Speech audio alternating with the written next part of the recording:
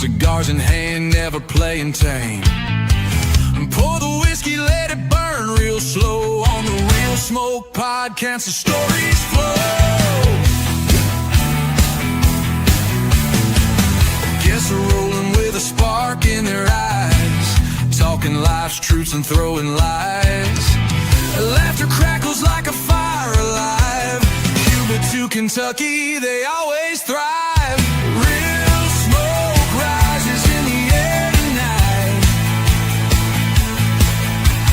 Whiskey's bold, they keep it tight. Stories spark like a flaming glow. Mick and Charles stealing the show.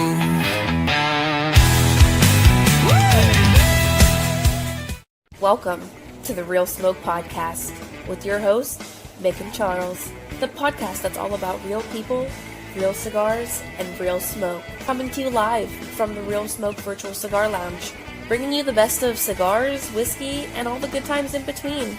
It's more than just a podcast, it's a community of cigar lovers. So grab your favorite smoke, pour a drink, and join us as we dive into all things cigars, whiskey, and just having a damn good time. This is the Real Smoke Podcast. What's up, everybody? Welcome to episode 57 of the Real Smoke Podcast. We are your host. That fella over there is Mick. I be the fella over here. I be Charles. And tonight we have another fantastic and fabulous episode for everybody. We're not going to be talking cigars. We're not even going to be talking about whiskey. Coffee time. But we are going to be talking about some coffee. A little bit of that Drifting Drams coffee. That's right. But that's going to be coming up in here in just a little bit. Before we kick things off, we do need to say hello to some amazing family who like to forget a bunch of shit. Yes, we're talking about you guys. Well, not Miguel. Not Miguel. Hi, Norm. Hi, Norm. But anyways, let's go ahead and say hi to Norm from Cigar Vault. The Real Smoke Podcast is brought to you by the Cigar Vault Oakdale, your ultimate destination for premium cigars and unforgettable experiences. Whether you're a seasoned aficionado or just starting your cigar journey, they've got you covered. Find them on Instagram at Cigar Vault Oakdale or online at thecigarvault.com. Here's a treat for our listeners. Use promo code REALSMOKE to save 10% on your next order. Let the Cigar Vault Oakdale unlock your next great cigar. Yeah, why don't you let them do that one? Let them unlock your next great cigar. That's a great tagline. I wonder who came up with it. I don't know, some jackass. That's what I hear. So anyways, we were supposed to be able to bring you guys the dueling 5-packs. But before the show, I did happen to reach out and just say, hey, never got any follow-ups or feedback. And Norm apologized. Let's just say that. Yeah, I think either way, it'll run the whole way through the end of January. I mean, it'll encompass my birthday month. So, I mean, it'll still work out fine. We just need to get them out there. No, because you've got to come up with your birthday month one. Yeah, that's pretty much my birthday pack anyway. I mean, it's a great pack. I wouldn't have put together a shitty pack. I know. It's a dueling. Anyways, guys, I did post in the comments, since we do have a coffee company on tonight that does like to dabble in a little bit of whiskey and dabble in a little bit of cigars. While you're smoking your cigars, what are some of the things that you guys like to enjoy? Post in the comments. We'll roll through those. Make sure that you let us know where you're watching from. If you're new, first time, let us know. We would love to hear about it. So, got a question for you, Mickey. Bring it. What do you got? I'm super sad that you're not wearing a Real Smoke shirt. Shit. I'll go change it next break. I got my new one. But you did. Oh, but okay, you got a new one. Let's talk about it. Yeah. So I got the Waffle House, and your retro one will be in the mail tomorrow. Nice. Coming your direction. So yeah, I got my new Waffle House when I had to get it. So new merch alert. There it is. There's so many good ones there. There's the go retro, check that out. The American, the Ed Skeen, the Waffle House, which I just bought, the Operation Give Back, which is coming to a close here soon, but we're going to keep rolling it anyway. People seem to like it. The Americana one, I guess you would say. I think it's the same one from up top there, the Veterans one. We the People, the Walking HR Violation. We've sold a few of all of them, man. They're great designs. Great designs. but we do have 1 week left 1 week. because the Cigar Army drawing is this weekend. We do have 1 week left. Guys, go out and get this shirt right here. It is the Real Smoke Podcast Operation Give Back for Cigar Army. $5 from every shirt. That's 100% of our profits will be given to Cigar Army. Yeah, they would greatly appreciate it. We would greatly appreciate you guys doing that for us. Up to today, I believe we sold 11 of those Operation Give Back shirts, which is pretty great. So thank you guys for buying this.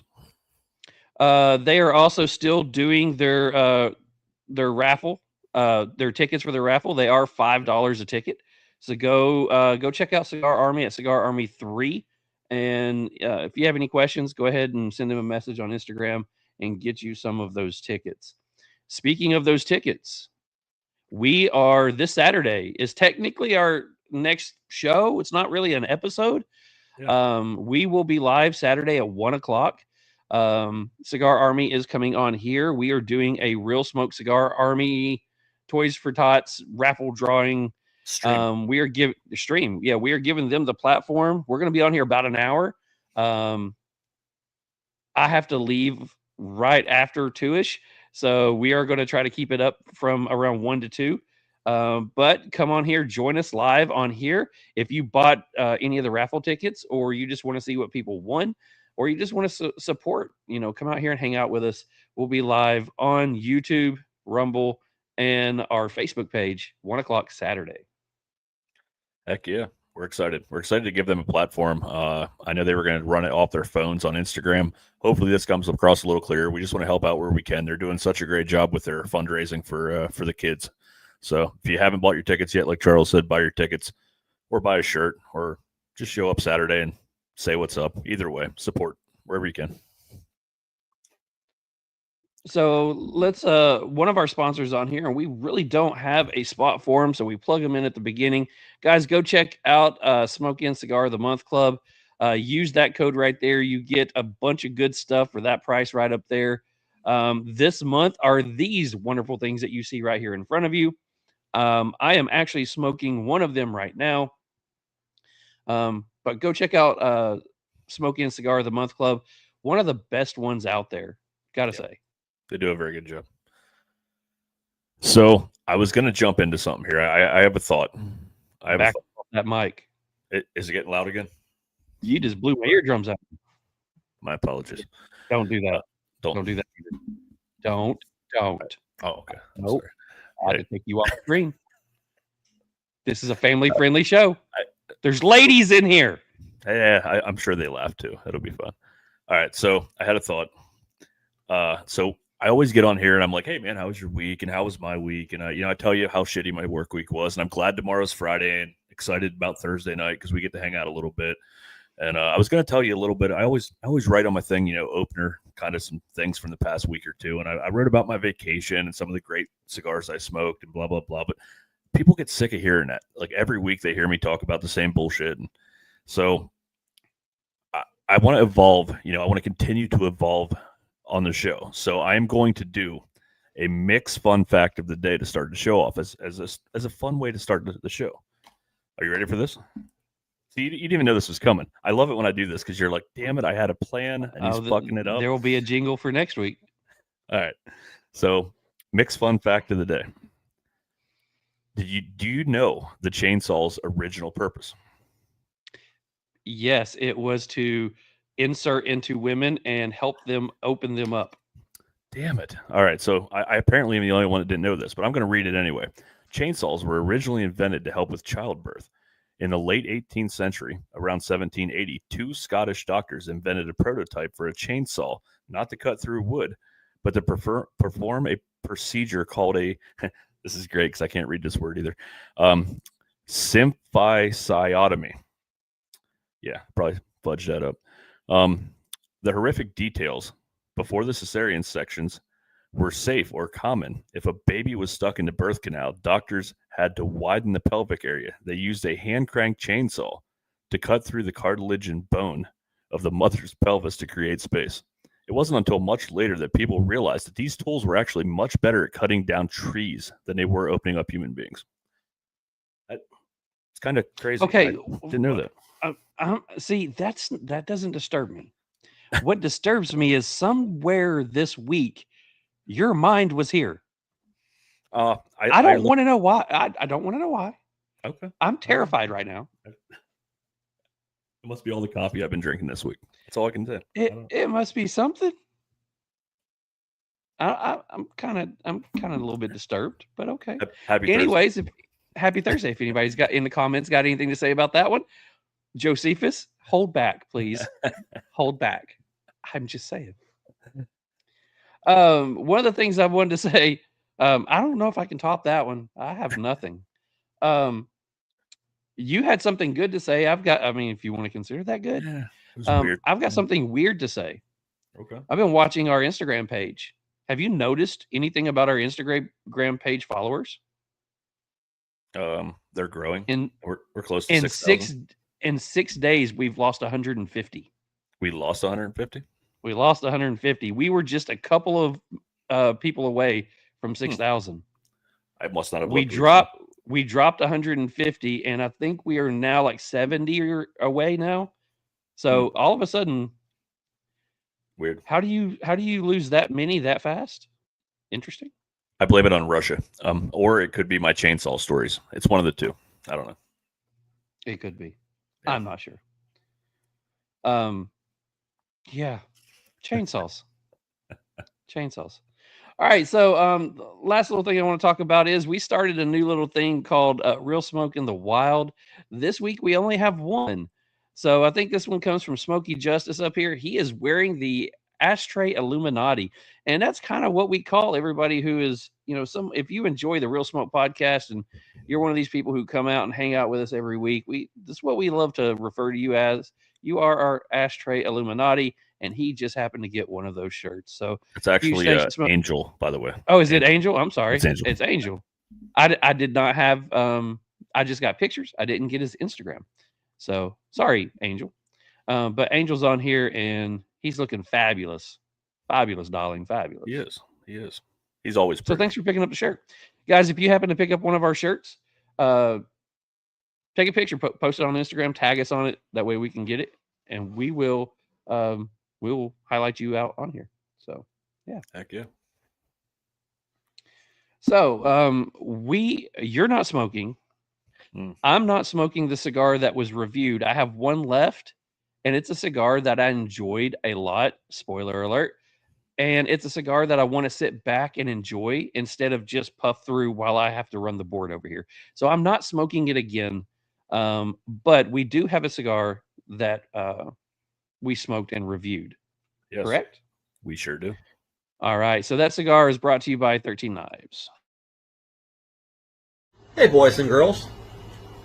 I wanted to read you a story about the three little cutters. Once upon a time, there were three little cutters. Daddy Cutter, Mama Cutter, and Badass Bulldog Cutter.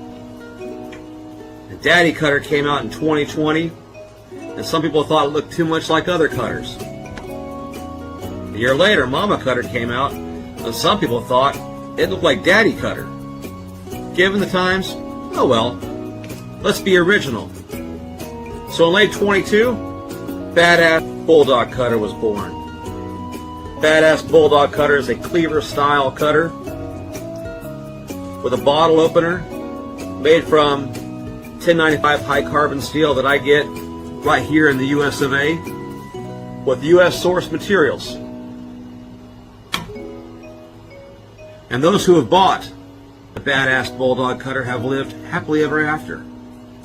So quit looking for your glass slipper and buy yourself a Bulldog Cutter. Yes, buy yourself that Bulldog Cutter. And tonight's cigar that we enjoyed and reviewed is, what is it, Mick? Tonight, I guess I can't say tonight. This week we smoked the Northern Cigar Company Ometempe Habano. Wrapper, Nicaraguan. Binder, Nicaraguan. Filler, Nicaraguan. Price, you see it right there on your screen. And again, that's brought to you by 13 Knives. And yeah, that Nicaraguan Puro, I'm telling you, it definitely hit. Got a little bit of that volcanicness to it. I don't know. It did. It was good. It was very good. It gave me some really interesting flavor notes, especially on the finish. That interested to see what you think when we go into it. Yeah. But you ready to bring on our guest? Time to get caffeinated. Let's do it. You ready to get caffeinated? Let's go. All right. So before we bring on our guests are brought to you by Destination. Step into the world of cigars like never before at Destination Cigar Lounge, home of the exclusive Allegory cigar brand. Whether you're kicking back at Governor's Crossing in Sevierville, Tennessee, or soaking up the rich aroma at Almost Havana in Hurricane, West Virginia, every visit is an adventure. From top-tiered cigars to expert recommendations and a laid-back atmosphere, it's the perfect place to relax, connect, and enjoy the craft. If you are looking for bold and unforgettable flavors, escape to the world of Allegory cigars. Kick back with the rich Mexican San Andres Dividend. Enjoy the smooth intrigue of the censored Sumatra, or fire up the bold and flavorful Escape Habano. For more information, you can follow them on Instagram at destination_cigars, or you can explore more by visiting them online at destinationcigarlounge.com, or take a journey to one of their 3 locations in West Virginia and Tennessee. No matter where your cigar journey takes you, every blend is an experience worth savoring. Where the road ends, the perfect smoke begins at Destination Cigar Lounge. Huge thanks to everybody over at Destination Cigar Lounge for being a part of the Real Smoke family. So our guests are on here today. We do have the lovely people from Drifting Drams. We have Katie and Ethan. What's up, guys? Hey, cheers, you What's up, guys. y'all? Cheers. Cheers. Wait, let's here. He misbehaved enough. He got relegated to the folding chair, Yeah. and the dog gets his seat on the couch. So. Ouch. Dang. It's okay. That just means I've got nowhere low to go, so I'll just keep drinking. There you go. I think you have a few things to choose from around you, so that's Just a couple. you're good for a minute. Exactly. Yeah. But yeah, so like y'all said, we're Ethan and Katie. We appreciate y'all having us on. We are Drifting Drams Coffee. So one of the things that the first thing I asked in the chat was, what are some of the things that you like to enjoy when you smoke a cigar? So I see you're lighting up a cigar. I see you have a lot of good spirits behind you. I recognize a lot of those labels. Some of those just happen to be behind me. You have a coffee company. So before we get things started, talk about some of the things that you guys like to enjoy with some of the cigars that you smoke. Yeah, I'll let Ethan take that because I actually don't smoke cigars. I was about to say, I just watched you look at the big billowing thing of smoke hit you in the face, and the look was like, really? Yeah, Yes. she's just an enabler. That's what she does. Yeah, I mean, honestly, as far as cigars, root beer is a top one. Love, of course, coffee, right? Coffee and a cigar is about the best way possible to start a day. No matter what it is, right? Cigar or coffee, right? It doesn't matter. Yeah. They're always outstanding. You can't go wrong with cigar and coffee. And then it's on the whiskey side. I mean, it's just literally like you just throw your hand back and grab a bottle. You know, anything's good. But lately, as far as cigar and whiskey, the Penelope Toasted Rye. If anybody's had those are fantastic whiskey pairing cigars. There's a couple store picks around that you picked up Yep. that you really enjoy. Yeah, 115-ish proof toasted rye. It's just, God, they're so good. We do some pairings from time to time with people, and that's one that I go back to all the time. All the freaking time. They're just great. So Josephus says he likes Forte Elise and Heyo with a sweet tea, orange Fanta, or a mocha frappuccino cigars. Now, I will say that he says orange Fanta. That is my gateway drink to people who like a good, rich, chocolatey Maduro cigar. If you enjoy like an Undercrown 10, a Room 101, Big Payback, if you enjoy those, drink an orange Fanta. It brings out the citrus from the Fanta, but it brings out all the chocolate from the cigars. Mm-hmm. Such a great experience. Yeah. Yeah. Mitch is on here. Uncle Mitch is on here. He says having an old fashioned with Sazerac rye. Not a Yep. bad call. Especially now that they've got the 100 proof and the 125 proofers. I have not had the higher proof ones. Have you all? We have not. We have not seen those around, but I know people, like some of our friends have, and They say it definitely stepped it up a notch. Yeah, we've heard fantastic things. We're on the lookout, but I mean, For a lower Tennessee, price, right? For a lower price bottle too, if I'm not mistaken. Yeah. I That's mean, something I'm still learning. Like everybody's like, so what do you like a weeded or a rye? Or I'm like, I don't know. I just keep buying stuff that people tell me is good, and I drink it. Like I don't know what I like yet. I really don't. Yep. But it's a journey, man. I know we talked about that in the green room a little bit, and every day it seems like I learn something. So it's pretty cool. The bourbon engineer says, "Get you some Drifting Drams coffee, and you will not regret it. Just stay away from mine." He loves it. I see Jake in chat too. He's a big supporter of ours as well. Yeah, bourbon engineer actually is another Nashville guy, so he's another local. Nice. Very cool. Very cool.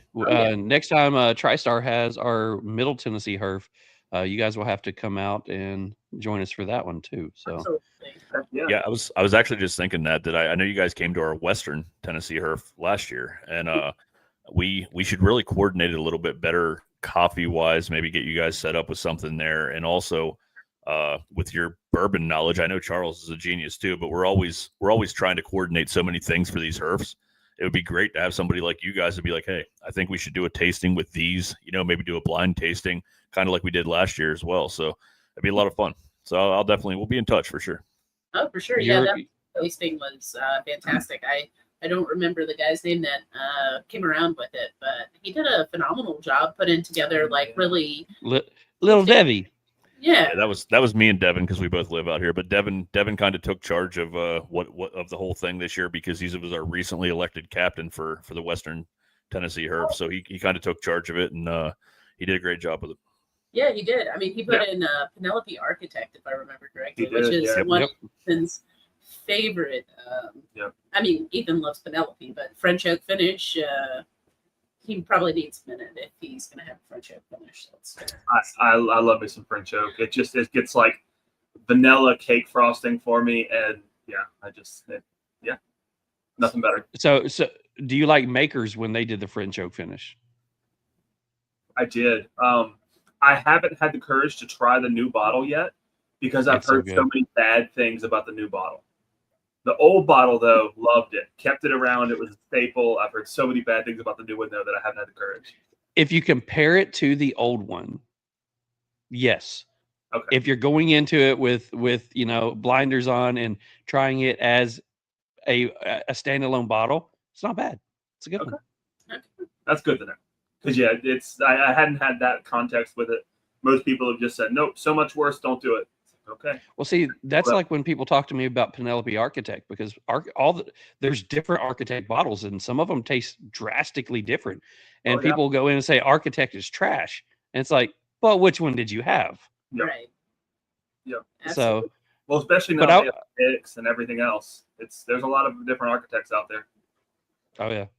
I know Mick just brought it up about having you come out to the Herfs with us. His thinking was the same thing as mine.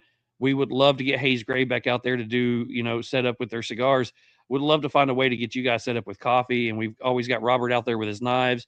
That's kind of something that we want to be able to do, is be able to bring people that we can make connections with out there and help broaden their audience by bringing in people that may have never heard about them. So, yeah, no, that would be awesome. Yeah. We do a lot of different events. We actually have a friend that lives in California that did a big meetup. We jokingly call it the non-meetup. And we served coffee. That's where we released our churro blend. I love that. Cinnamon. And so we released the churro out there for his non-meetup and brought extra bags so that we could get them out to people. But we've done it. Oh gosh, I think we did it for Toro the first year. We did kind of impromptu when they did their Veteran Day event. We've served lots of coffee. Yep.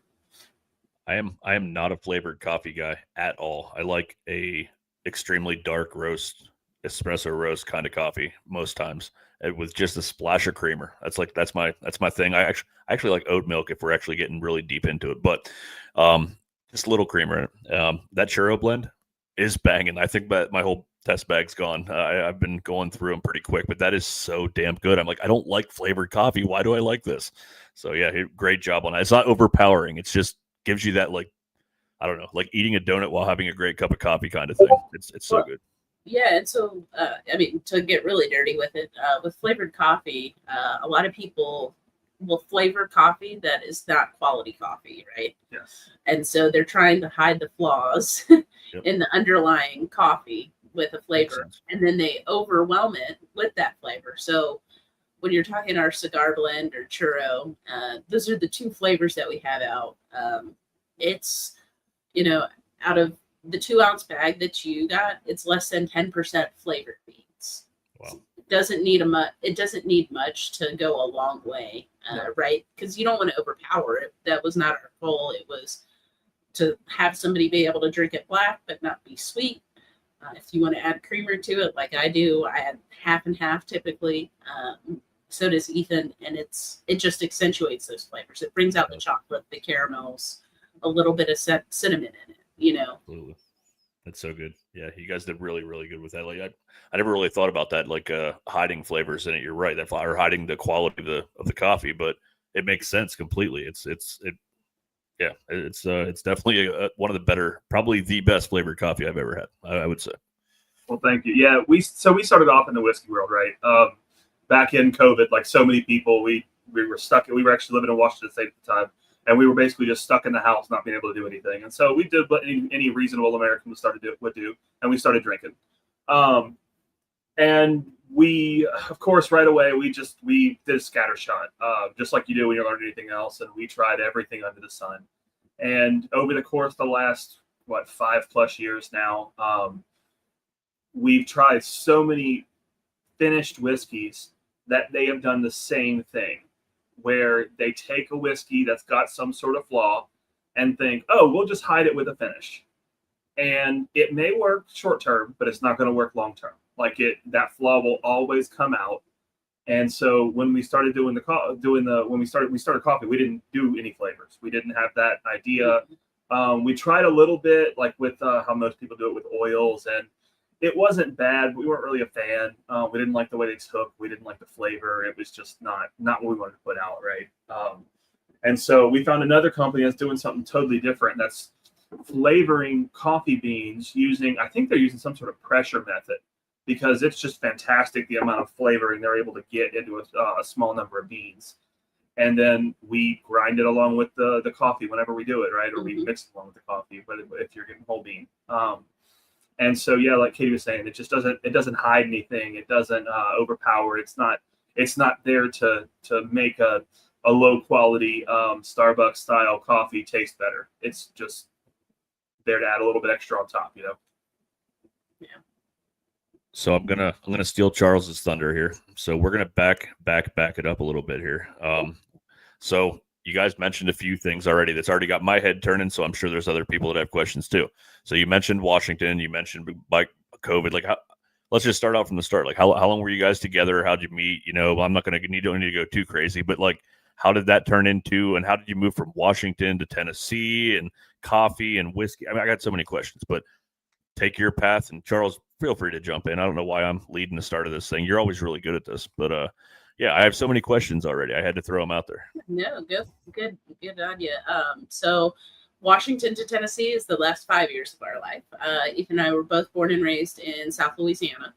We met at LSU, at Louisiana State, back in 2006 when we were freshmen in college. Became really, really good friends. He went into the military in 2013 after he'd already had a full-time job. And so we were still just really good friends when he left for the military. We started dating. And then we ended up living in Louisiana for another year after he got out of trading. Moved to Houston to be close to my family. He is a computer programmer by day, software engineer, and got a job up at Microsoft in Washington State right after we got married. We lived up there for 4 years and then decided in 2020 we wanted to be closer to family. So in 21 we kind of pulled out a map, as Ethan said, and picked our place to live that had 4 seasons, sometimes all in one day. And yeah, landed on Tennessee. Still within driving distance of our family in Louisiana and Texas, which was the really big goal. 40 hours from Washington to them was not. We got really kind of hung up on coffee and Washington State. I got really spoiled by it. And then when we moved here, realized we couldn't go to a grocery store and pick up a freshly roasted bag of coffee. So we were shipping it in from Washington. And then Ethan had the idea to start roasting. It was something we always wanted to do. We did home brewing during COVID as well with beer. And so we just started roasting coffee. Some people in chat helped us decide that we should sell it. And so we started selling in 22. 23. Late 23. Late End of 23. So, in a nutshell.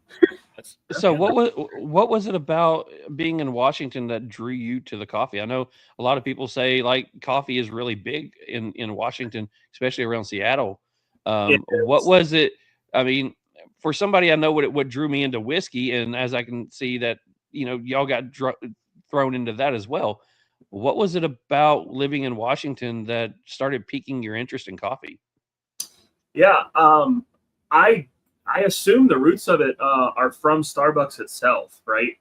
Because I mean, Starbucks started off in Seattle years and years and years ago when they still made good coffee and they weren't just selling an experience, right? That's what they do now. Let's be real.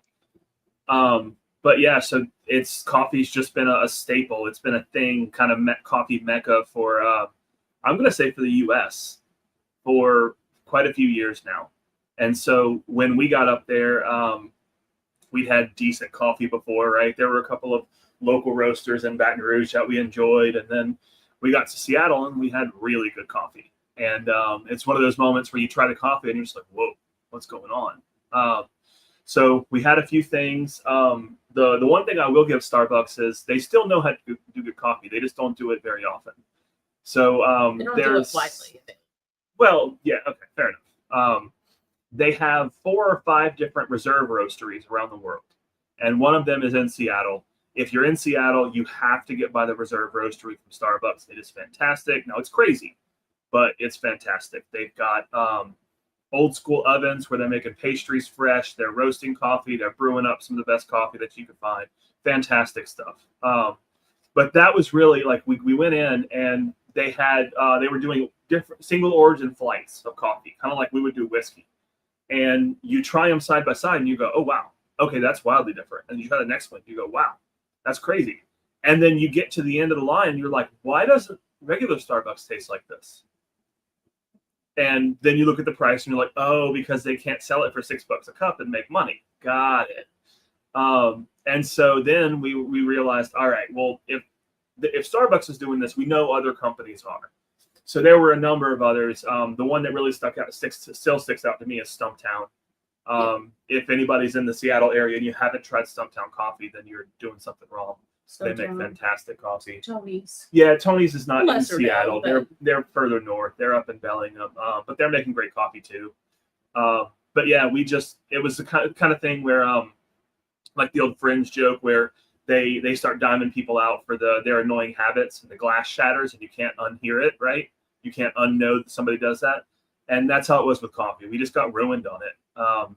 And then we started realizing every little coffee shop on the corner in Seattle, at least at that point, I don't know if it's changed in the past 5 years, they were doing their own coffee. They were roasting their own coffee everywhere. And so we just got super, super spoiled with it. We got used to the only coffee we had being excellent coffee. And then when we moved away, we remembered really quickly that you don't get good coffee in most parts of the country. So when you look at cigars and you look at whiskey, you have the different blends of cigars, the different countries, the different regions. There's areas in certain countries that tobacco tastes different on one end of the country and tastes different on the other end. Whiskey, same thing. 2 whiskey distillers can take the same mash blend and come up with 2 different fantastic bottles of whiskey. So when you look at it with coffee, what were some of the, whether it's the regions, the countries, or the blends that you guys were drinking that you gravitated towards? Yeah. So I think we mostly, Ethan and I really found ourselves dating African coffee because it was lightly acidic, but it was fruity. It was very, very fruity. Some, that citrus, like lemony note, but then some you had like raspberries and blueberries. And so, that's what we were drinking primarily were African roasts from Rwanda to Burundi. A little bit Tanzania. A little bit of Tanzania, Ethiopia, and more commercially, you have Brazilian, you have Colombian, and people think of those like when you talk about places that over roast, they hide the quality of the bean again, like what we were talking about flavors. They grade coffee on a scale, right? Like how many defects. And so places like Starbucks get like a grade 4, which is one of the lowest grades that they'll sell, and then they just roast the heck out of it to hide all of the flaws, which is interesting. But when we got past that, that's where you start seeing all those different characteristics, right? Like I think Mick was saying, like you love those darker espresso roasts, right? With that being said, like you can roast a Colombian and to really, really dark, but you still get that like maybe pop of cherry or like hazelnut in there.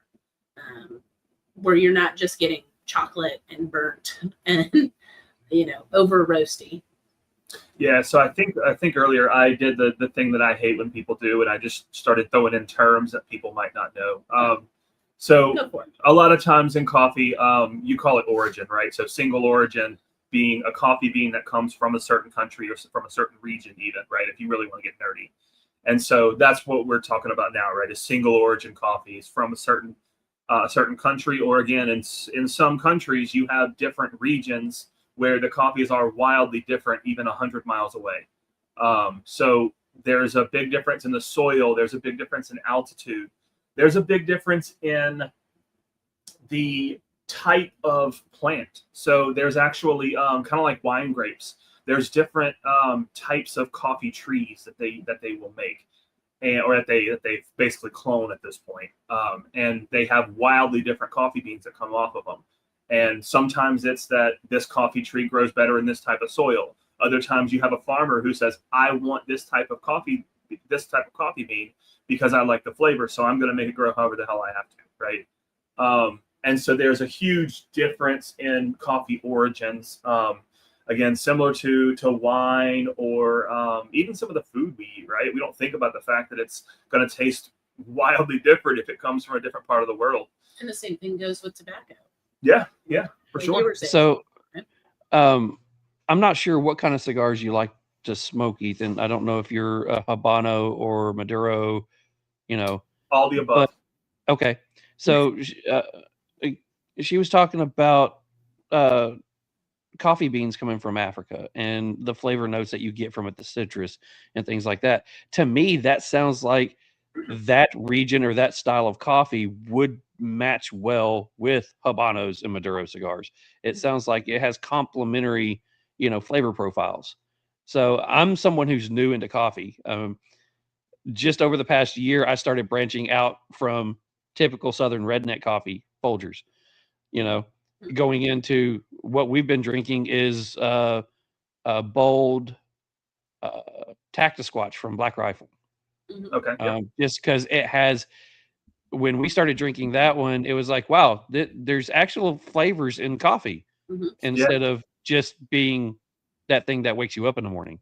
Yep. So I'm fairly new to it. So when I'm hearing you talk about this and I'm thinking you're talking flavor notes in coffee and I'm thinking flavor notes in cigars. Wow, these would pair really well together.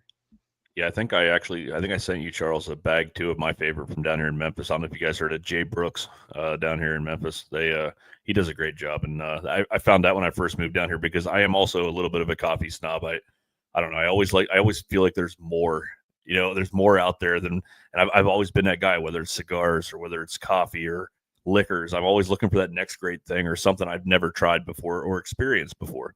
Because pretty much everything I try to do in life, it's an experience. I want to actually enjoy that moment you're in. And coffee's no different from me. If I'm starting my day, and I'm not much of a morning person, I want something that's going to actually stand out to me a little bit. So when we first moved down here, we hit a bunch of different coffee shops, and I picked up a bunch of different ground coffee. And Jay Brooks has been my favorite since I've been down here. And I take a bag everywhere I go to give to people and whatever. But now I may have to switch over to you guys. I'm just saying. But that is one here from Memphis that I think is pretty solid. But there's a guy from Miami that just recently, he's one of my best friend's brother-in-laws. He's like, hey man, I got some of this coffee. You should try it. I'm like, hey, you should try some of this. So we started sending each other coffee from Key West to Memphis. Now it's the weirdest like exchange thing I've ever done in my life. But it's a baby's coffee from Key West area. I don't know, but it's so damn good too. But I would definitely put you guys right there with like my top favorite 2 that I've had. So maybe I'll have to send him some of yours next time instead of from local here. So yeah. No, it's definitely an experience. So I agree. There's so many different flavor notes and profiles, just like a cigar. It's awesome. Oh yeah. Yeah, and for people who haven't had that eye-opening aha moment with coffee, right? I get it. Like coffee inherently has bitterness to it. However, the darker you roast that coffee, the more bitterness it's going to have.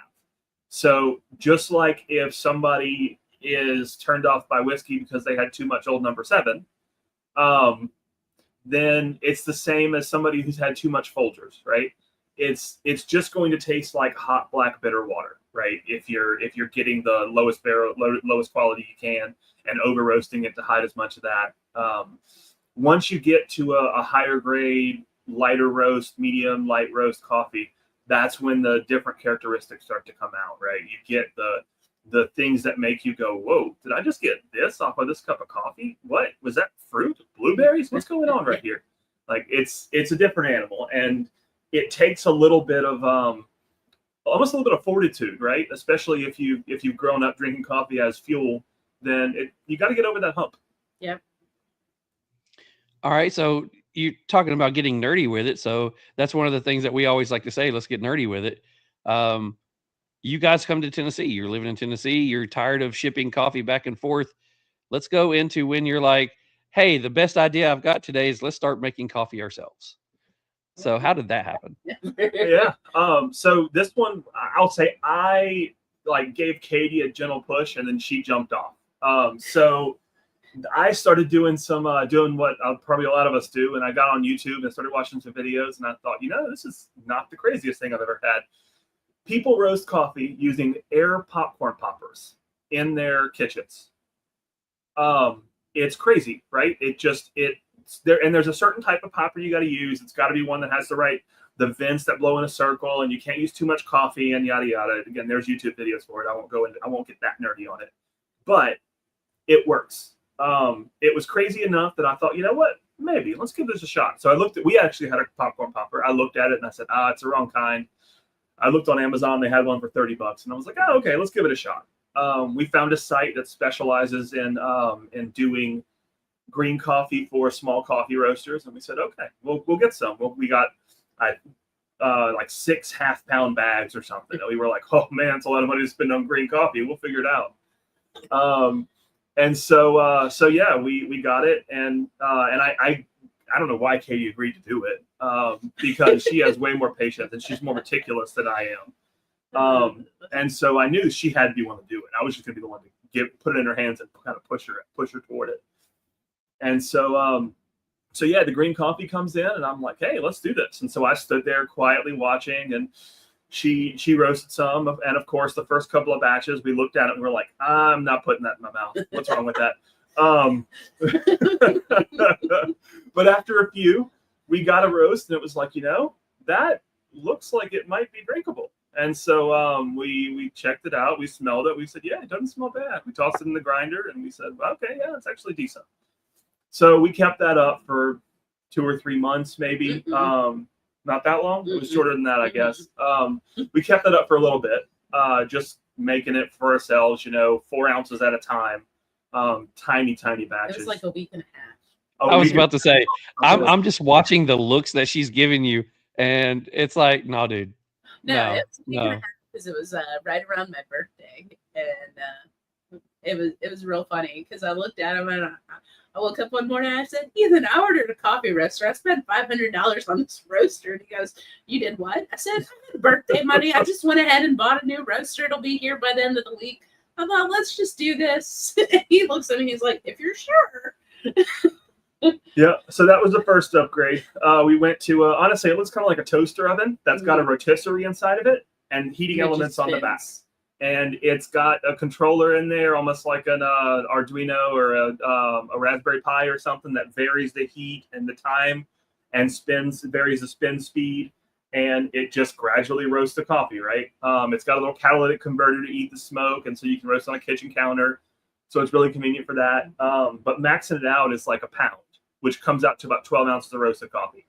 So still very small batch coffee. And honestly, we're still not much bigger than that. But at that point, 12 ounces, we were like, man, this is so much coffee. What are we going to do with it? So we just started giving it to people. We started giving it to friends in the whiskey community, family.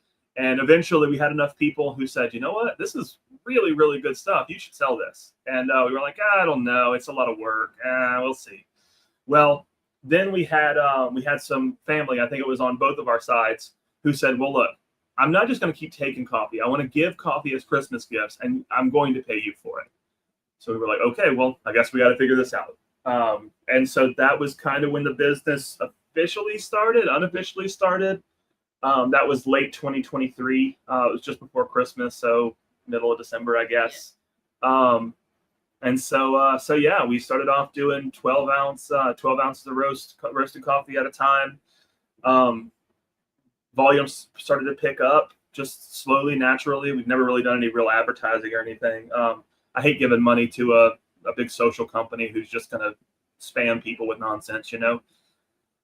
And so, yeah, we did that for 4 months or so, maybe 5 months. And it was like, okay, well, we can't keep up with the volume that we're getting. Katie was literally roasting all the time.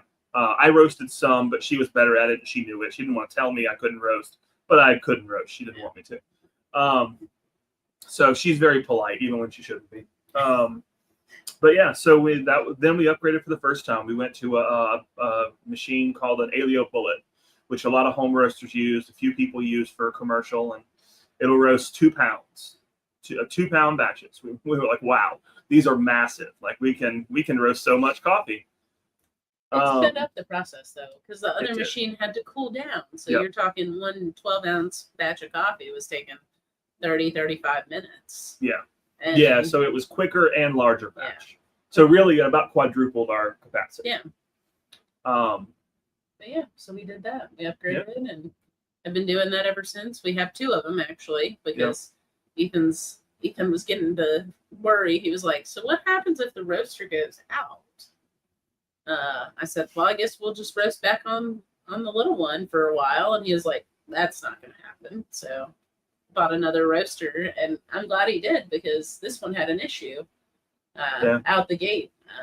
It ended up burning up an electrical panel inside of it. So he had to replace the board on the brand new one right away. But I mean, their service was great. So, but it, you want to plan for those things. You don't want to be thrown into it.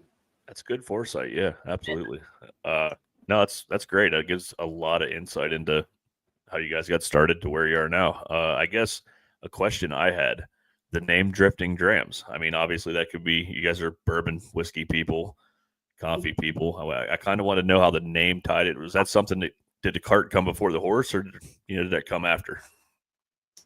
That was kind of how we were known in the whiskey community, because we did a lot of traveling. Yep. We both work fully remote for our day jobs. And so we have the ability, we don't have any kids yet. So we can pick up and go away for a month with pups and visit anywhere.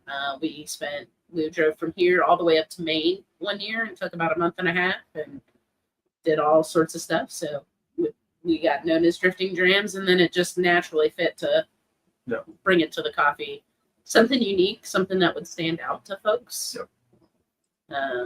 And then, the packaging, the names, right? Like the dogs, like I'm sure you saw on the bag of the cigar blend, there's a little black lab. She sits right here. on this leather chair, and her Well, name I is. sit in a plastic folding chair just to Yeah. call it out. Yeah. Yeah. So that's Boss Lady too. But all the blends are named after our pups. So let's go over those blends. Let's talk Yeah. about the names and the blends. Yeah. So I'm taking credit for this because this was me. Yeah, he designed all the labels for us. Yeah. So that was one of the things early on. Since she basically took all the roasting, I said, well, I guess I'm in charge of all the business side of it. And so we started off just doing single origins, and yeah, exactly. GP Right. Pop. We started off with single origin just because it was easy, it was straightforward, and we thinking about it. We said, okay, well, people want consistency, right? They want to know it's the same thing over and over again. Yeah, sometimes you want variety, but most of the time in the morning you want the same thing. So okay, well, that means we got to have a blend. That way, when a bean changes, we can make sure the profile doesn't change, right? We can reblend that. And so once we kind of came to the conclusion, the realization that we had to have them, we were driving one day because that's what we do. We travel. And we were just talking, and I think Katie was actually trying to sleep, and I was driving, so I couldn't sleep. So I was keeping her awake. And I was just pestering her like, hey, what are we going to do about this? What are we going to do about this? We're just talking. And I went, you know what? Why don't we name it for the dogs? People love dogs. We'll make it easy fodder for images and stuff. Like, our dogs are our family. It'll be great. And so Kate was like, I don't know. And so I just kept talking, just kept running my mouth, which is weird. It's not normally me. Kept running my mouth, and we started coming up with names, right? Lady is the oldest dog. She's going on 10. She is by far the boss of the house. She runs this place. So that one just kind of wrote itself. And she's our favorite. So I think in the favorite. description it says our favorite because it's coffee that Ethan and I love to drink. Mm-hmm. And so it's African mixed with Brazilian. Yep. So you get the chocolatey, fruity notes. Yep. Yeah, Right exactly. And that's the other cool thing about blending, right? Just like with blending whiskey, you can take two flavor profiles and mix them together. And then when they don't fit quite right, you adjust the proportions. And you say, okay, well, that's close, but let's tweak it a little bit until it kind of naturally fits. You go, got it. And so yeah, then the next one was Action Jackson, who is technically our dog, but he's kind of become my mom's dog now. And he is just a little mutt, not even nothing. He's sleeping, and then he's 100%. He's sleeping, and he's 100% all the time. And so that kind of became our high octane blend, if you will. It's got a little bit of Robusta beans in it, which have higher caffeine content naturally. So it's that jolt in the morning. Exactly. Yep.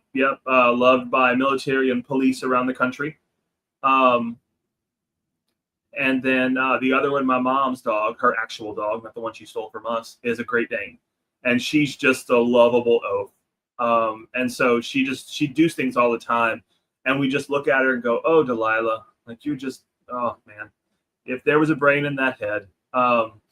And so it just made sense. It fit naturally. And that's since part of your breakfast blend. Yeah, since she is so like easygoing and just kind of goofy and goes along with things, then okay, well, that's your easy morning drink. That's what it's about.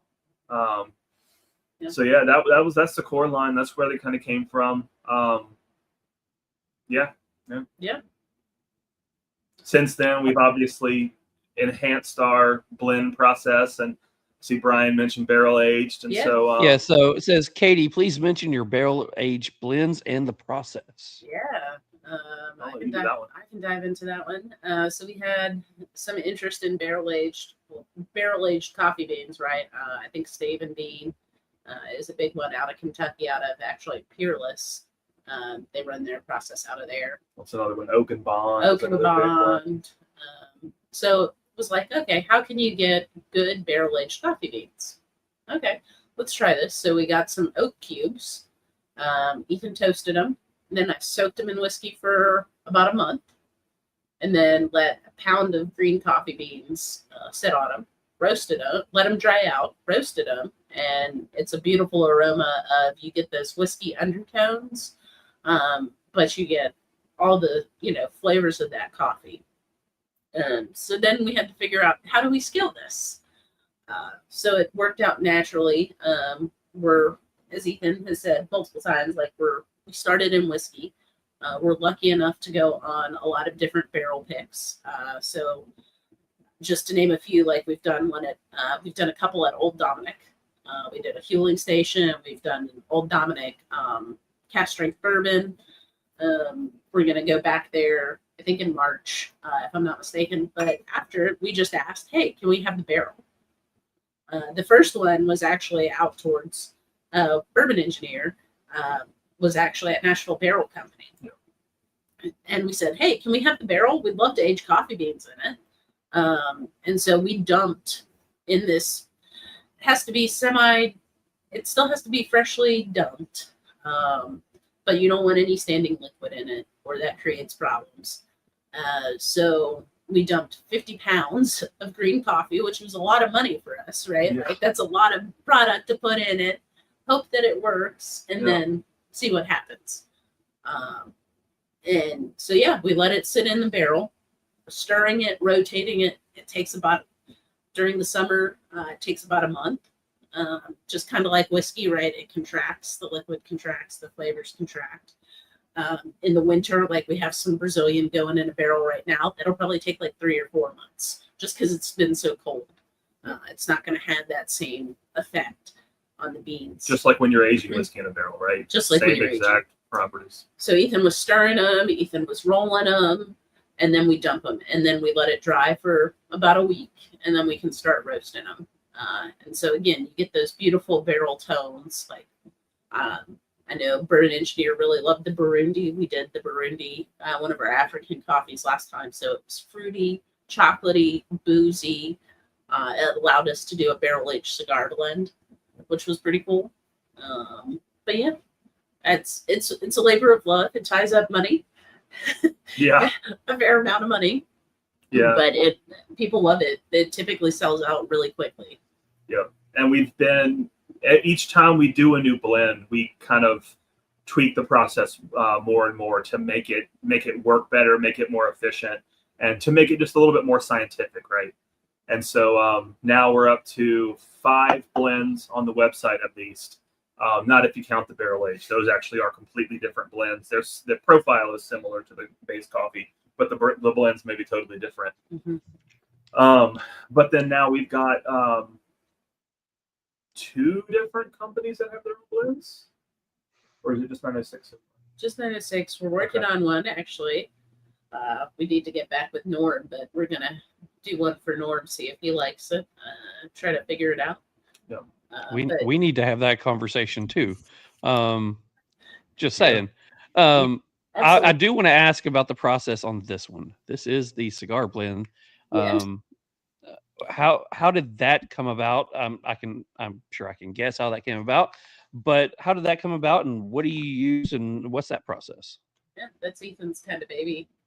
Yeah. So that one came about because, coffee works, right? But every once in a while, I would have a coffee, and I was like, it doesn't quite highlight the cigar. It's like it's not bad, but there's a little something missing. It feels hollow, or with some of the Africans, if they're roasted too light, it's not a good fit. So one day I was like, okay, we need to make the perfect cigar coffee. And she just laughed at me, and I was like, no, I'm not bullshit. Like, I actually want to do this. Like, I want to make the best cigar coffee that we can make. And she was like, well, I don't smoke cigars, so I don't know anything about it. I'm like, that's fine. You just roast the coffee. I'll handle the other side of it. It's no big deal. And so that's how it got started. We kind of I had a flavor profile in mind that I wanted, right? It's what the cigar blend came out to be. And so that was my next question. What, going into this, before you even started, what was the flavor profile in your head that you wanted for this blend? So I wanted to hit that sweet spot, right?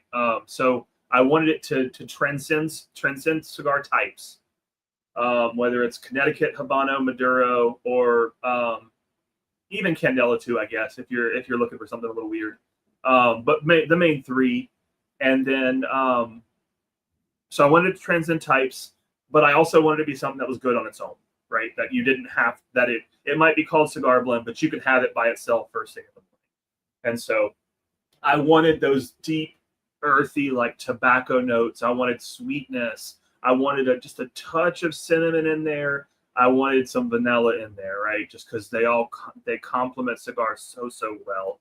Honestly, I went back to our whiskey heritage there for flavor profiles. I just looked at the whiskeys that I was drinking with cigars, and I kind of tried to figure out what I liked so much about that whiskey with a cigar.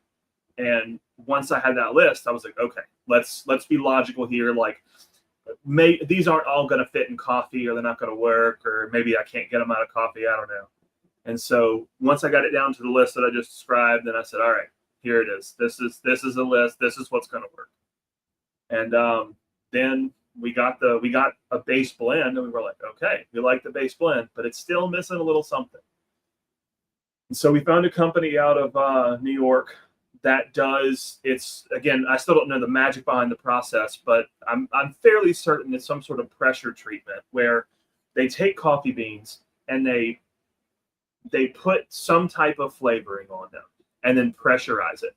So on the far side of the process, you have coffee beans that are darker, oily, they've got a sheen, and they're a touch sticky. But they are crazy intense with whatever flavor they are, right? We've got a bunch of different, we've got creme brulee, we've got vanilla, you know more about that. Chocolate, cinnamon. And so that's what we did for cigar blend was chocolate, cinnamon, and a little bit of the caramel creme brulee. But creme brulee is just caramel and vanilla blended together. Yep. So that's what we did for it, and it worked. Yeah. Well, and so it worked eventually. We thought, okay, this will work. And then we tried it. We got it to where I liked it. And being the smart people that we are, we said, hey, some of these people who have kind of helped us guide the business to this point, let's see what they think. Here, try this. Yeah. And the reaction was generally good, but there was some feedback. So we took the feedback in and we worked the process over a few times. And after a few iterations, we got to where they were just like, don't change a thing. This is freaking perfect right here. And so at that point we said, all right, cool, hands off, papers down, pencils down, it's done. Yep. And that became Cigar Blend. I will say, when I walked in from work this evening, because I usually get off work, and by the time I get home, I've got less than an hour to get everything set up. And I walked in, and the wife was just getting in as well. And she's like, what shows tonight? I said, coffee. And she's like, oh yeah, let me go ahead and get that started. So I come out here, get everything set up, and I go back into the house. I opened the door and I went, oh, wow. Okay. I said, so I take it the coffee's done. And she's like, yeah, the coffee's done. And I said, so just smelling it coming into the door, I said, lots of vanilla, lots of caramel. I said, this is going to be fun. And so I poured it, and she's like, you gonna put any cream or anything with it? It's like, no. I said, I want to try it straight. I want to try it neat. Right. Yeah, I don't want anything in there. I said, I'm gonna have a cigar with it. I got me a good Maduro. I said, I want to see what it does. And she's like, okay, let me smell it before you go out. And she smelled it and she went, that smells really good. And it's like, this is probably going to be a good experience. And so I'm waiting for her to send me that message here in a little while that says, so how is it? So, because she only made enough for me to drink. Okay. There's that word again, experience. It's we always look for that experience, and your coffee is definitely that. But I will say, you described it very well. I would also throw in there's touches of leather in there too. It's like a leathery earthiness to it. It gives you those undertones, but it's not overwhelming. It's definitely got some vanilla to it for me, and maybe a touch of either cinnamon or nutmeg. But either way, it gives you a blend that would carry you through pretty much any cigar. So it's good. It's well done. I can smell the cinnamon. I can taste the nutmeg. There you go. And that's the base blend playing with those flavors, right? So we touched on it earlier about like roast levels, right? So it has a medium roasted African in it, which is the primary component of it. So you get, a little bit of the fruitiness, but the real star of it is the dark roasted Colombian. And so I think that's where you're kind of getting those leathery notes, that roasty notes that just kind of maybe helps accentuate some of the fruit and some of the, like if you have it black or, really the flavors of it in general. But yeah, it's probably coming from the Colombian because I smell it all day, every day, pretty much. And when I roast Colombian, it is something. See, Mick said the word experience, and I use that word a lot when it comes to whiskey or cigars, because I have a pet peeve that people say, you go to someone talk about cigars, and they talk about, hey, I used to smoke. And it's like, yeah, you used to smoke. What'd you smoke? Cigarettes. And it's like, no, we don't do that. So when you talk to people, yeah, I quit drinking a long time ago. What was you drinking? I was drinking Old Number 7, or I was drinking, Jim Beam or whatever. And there's a whole different level of whiskey or cigars. So I always say, what cigar am I going to experience tonight? I'm not here smoking. I'm here experiencing a cigar. I'm out here experiencing this whiskey. And when you come to something like the coffee that you're putting out, again, I can't put down Folgers. That's my morning, because I don't go into it thinking about my coffee. I need to get going in the morning. So it's caffeine from the coffee, and when that coffee's gone, it's a grinds that's for focus and for a little bit more caffeine, so I can get through the rest of the day. This coffee here, it's an experience, because you can sit down and drink what I'm drinking tonight, and you can sit down like a cigar, and you can start thinking about the flavor profile. You can sit back in your chair with a cigar, the coffee, a nice movie or whatever on, and you can start experiencing the different levels and the different complexity notes of each of those. And that's what I realized drinking different coffee over the last couple of months is there's coffee and then there's coffee. And, and this is something that's different. So I love the experience that I'm going through. Absolutely. And like you were saying, like how we kind of crowdsource, I guess, in some cases, like some of the blends that we're doing, like Ethan mentioned, like sending it out to people. We have a good friend that has a YouTube channel, and he allows us to co-host with him, typically on Thursday nights once a month. We call it Puffs and Pours, where we do cigar, whiskey, coffee pairing. So we get a cigar, everybody gets the same cigar, everybody gets the same whiskey, everybody gets the same coffee, kind of go through that pairing together, see if it works, see if it doesn't work for those guys, how would they tweak it. That's how we kind of debuted a version of the churro blend, a version of the cigar blend, a couple versions of like just regular blends that aren't flavored, and we got that feedback, right? It was kind of like, okay, they can be our guinea pigs. Here you go. Yeah. Try this. Tell us what you think. Because I'm kind of glad you just mentioned, all three of those, because I'm over here and I'm watching myself in my camera. I'm over here drinking a little bit of coffee, then I drink a little bit of bourbon, and I'm smoking a cigar. And it's like, I'm just now realizing all three of these are going well together, and it's neither one of them are outpacing the other one. And it's kind of interesting to have that little dichotomy between the coffee and the whiskey. Oh yeah. With the cigar. So it's interesting that you were talking about that. Yeah.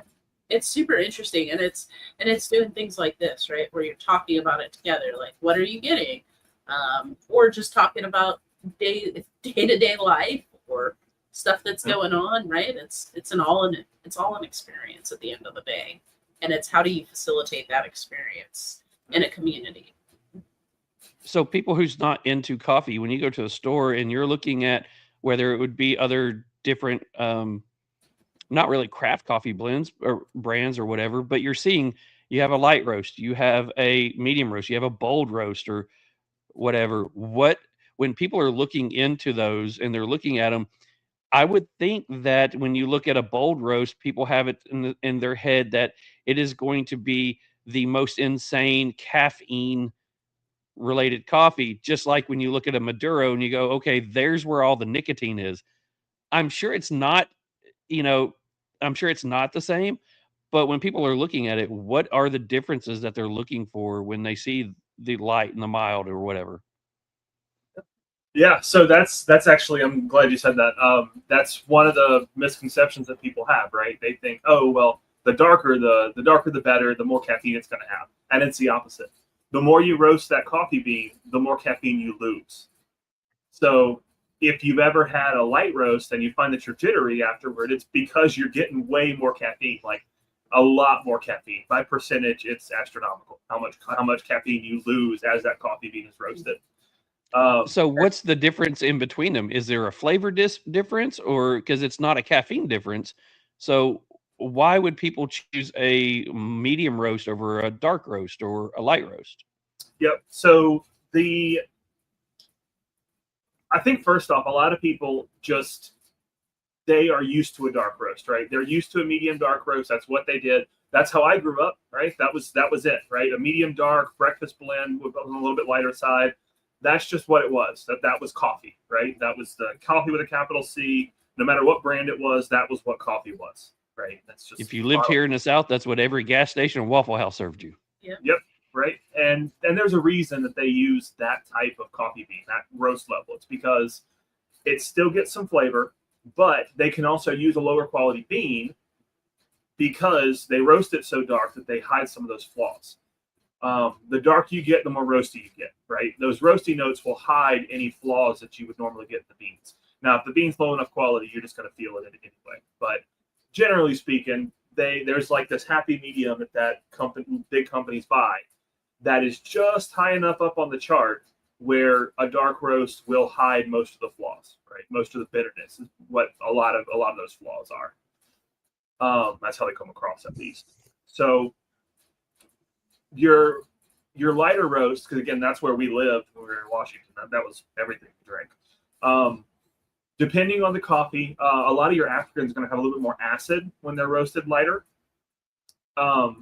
They're also going to have more origin characteristics. We talked about origins earlier, right? Whether it's Central America, South America, Africa, India, the islands, anywhere, right? They all have their own origin characteristics, which is, again, a whole new level of nerdiness. If you really want to get nerdy, check out our site. There's some articles on there where I talk about the details and the kind of the grading of it, and I get really, really nerdy with it there.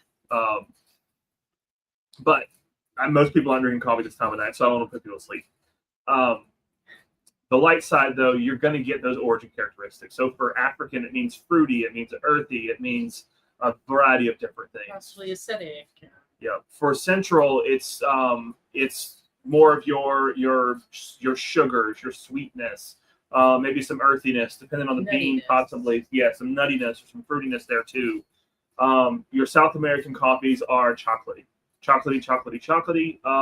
Some farms, if you get up on the right mountain or something or hill, you might get into some fruitiness here and there. That's the exception. Some great exceptions, but that's the exception.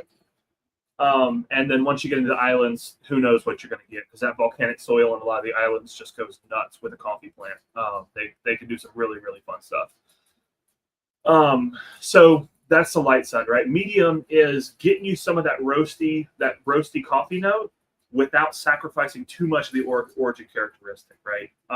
You're still getting some fruitiness, but you also get some of the dark roasty notes, some more of the chocolate. And then your dark roast, again, you get more of that chocolate heavy, bitter.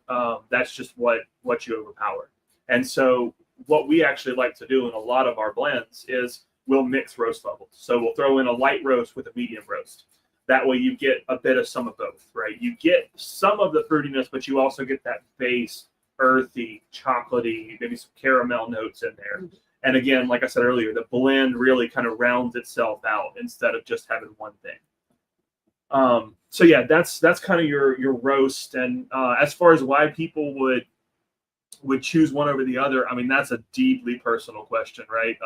Some people, it's just, especially if you grew up in the South like we did, you got a medium dark coffee, and that's coffee. There is something hardwired in a Southern person's head that is what coffee is.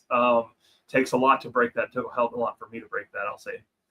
But then once you start to learn more and have more experiences, then you see, okay, got it. That's just one very narrow window of what coffee can be. Right.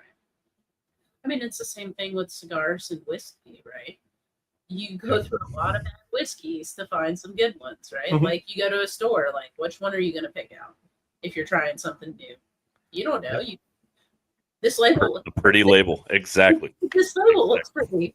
I mean, that's how I picked out. That's how I picked mine for a long time before I knew any better. But it's like you do that, or with cigars, right? Oh, well, this one is oily. This wrapper is yellow. Like, this one's going to be real good. And you get it home and it's like, Ethan's like, this is barnyardy funky. I don't know what this is. This is way too far. It's I think error, right? I agree. You never know what you get until you're actually there. But it's I think I personally have two more coffee questions because Charles stole most of my good ones earlier. So I think I personally have two more. I'm gonna say both of them now before he steals my last one. So my first one is, so I've been a dark roast espresso, like I said, drinker my whole life. My favorite cup of coffee, if you will, is in triple shot iced espresso with a splash of oat milk.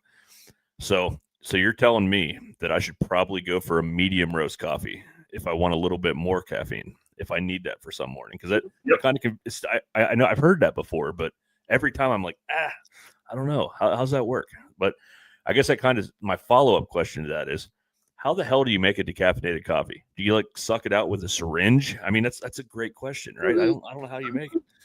Yeah. So there's actually some really great videos done by a guy named James Hoffman. You want to talk about nerd? Hoffman is a super nerd. He's great. He also has really high production quality on his videos, so they're fun too. But he has a couple of videos where he actually goes to some decaffeination plants. And they are plants, right? They are factories. They get green coffee in, they decaffeinate it, and then they either roast it or send it out as decaffeinated green coffee. And it's not all created equal, right? When we think of decaffeinated coffee, we're thinking of ethyl acetate, which is a type of alcohol, right? That's what they're using to decaffeinate it. Exactly, water or chemical washing, right? Yep. And it's ethyl acetate is a chemical. It's not the worst thing in the world for you. It's not even bad for you. The problem is it strips a lot of the flavor from the beans. And that's why a lot of people think, that's why I thought for years, decaf coffee had no flavor. It didn't have any flavor. And it's because of that ethyl acetate, that chemical process they use to decaffeinate it. There are three big processes, though. Ethyl acetate is also the cheapest. Cheapest and I think the fastest. There are two other processes, though. There's a Swiss water process and a mountain water process.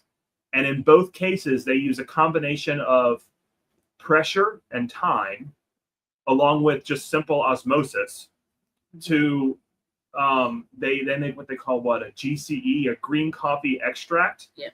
And basically, once that green coffee extract, which is just water and green coffee flavoring that they make by soaking green coffee in water, right? It naturally pulls it'll naturally pull the flavor out of the beans over time. It becomes saturated with that coffee flavor, the compounds, right? So then whenever they make that and hold it.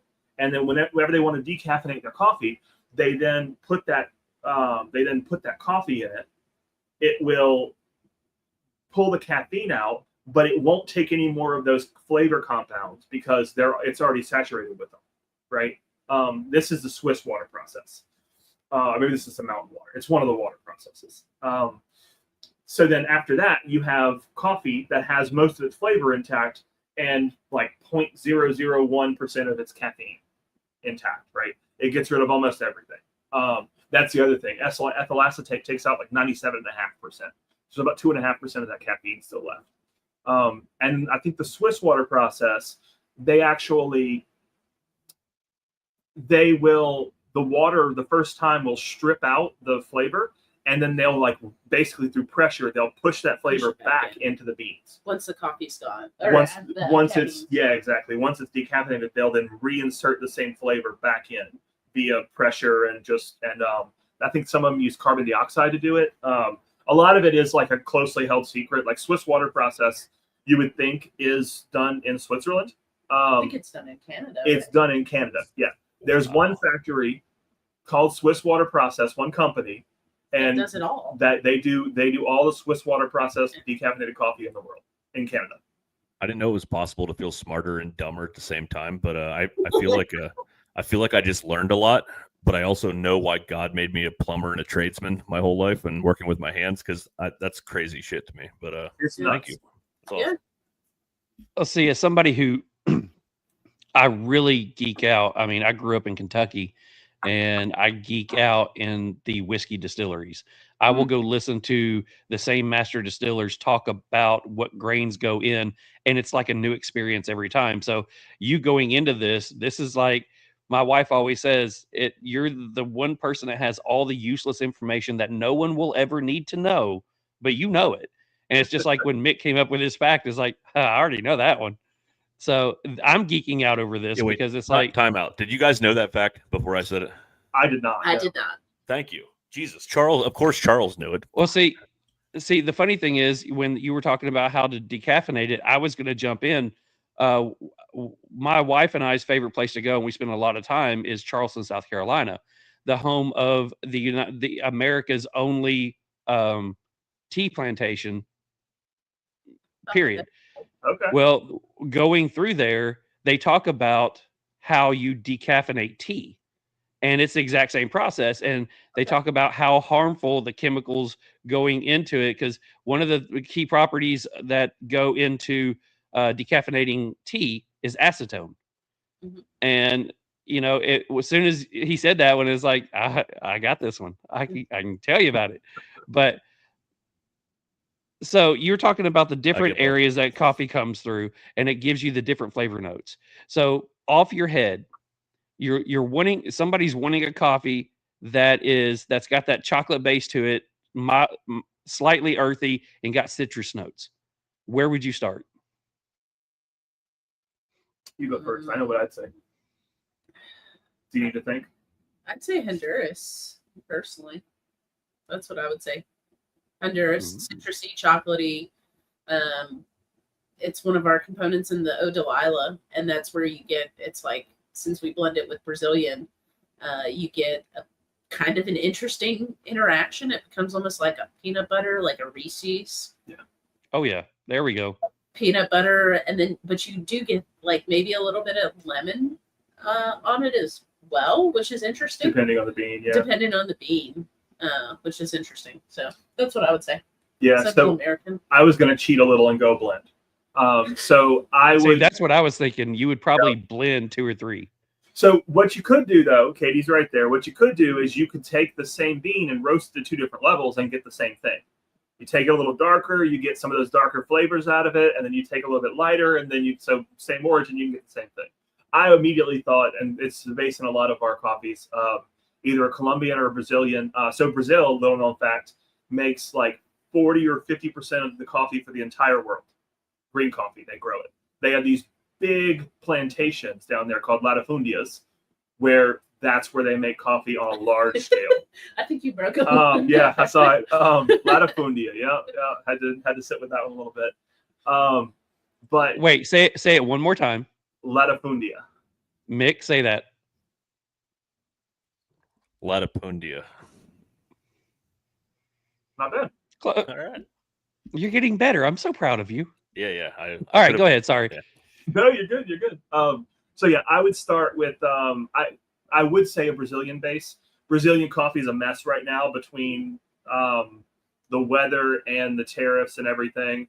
So we've been going more toward the Colombian side, but then I would go with a Central American bean as well.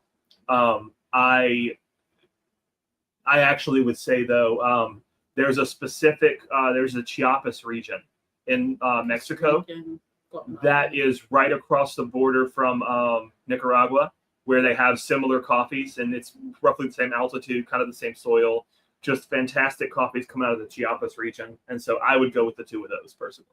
Yeah, Bourbon Engineer said Guatemalan with medium roast. That would be one. Yep. And then Jake said Costa Rican, orange, deep orange. Yeah. Yeah. And now he's asking about the specialty. I'll let you check that one. Well, you did all the research on the specialty. Okay. All right. I'll go then. So that one I went real nerdy again. That's a common theme for me, right? I'm a professional nerd, so I do it in everything. I wanted to find a farm that we could partner with. I wanted to know the people who had their hands in the dirt, who touched every part of that original process. And so did a ton of research, found this company called Gold Mountain Growers. And they are basically a coffee co-op out of Nicaragua. and they've got 10 or 15 farms under their umbrella that they're a straight co-op, exactly like you would expect, right? They all bring their coffee in and help each other sell it.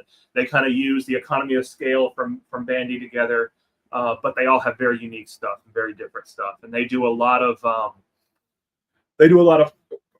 quality control as a result. Like their coffee has natural sugar in it, right? Well, as they pick, so coffee looks like a cherry coming off the tree, and the seed of that cherry is what we grind up and we brew.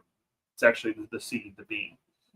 So the first part of coffee is they have to pick the cherry, and then they have to pulp that or remove the actual fruit off of there. And so they basically, as they're processing this coffee, they're taking sugar readings. And in the brewing world, and that's how it seemed familiar to me, they call it bricks, and it's a measure of the sugar in a slurry essentially. And so they're taking bricks readings on this coffee as they're harvesting it to make sure that they're getting, one, if they're harvesting this coffee over a number of days, they're getting the same quality on day 4 versus day 10, right? And two, that way they know, okay, well, next year's is going to be next year when it comes out to the same level or close, we have a consistent product here. And so found this company.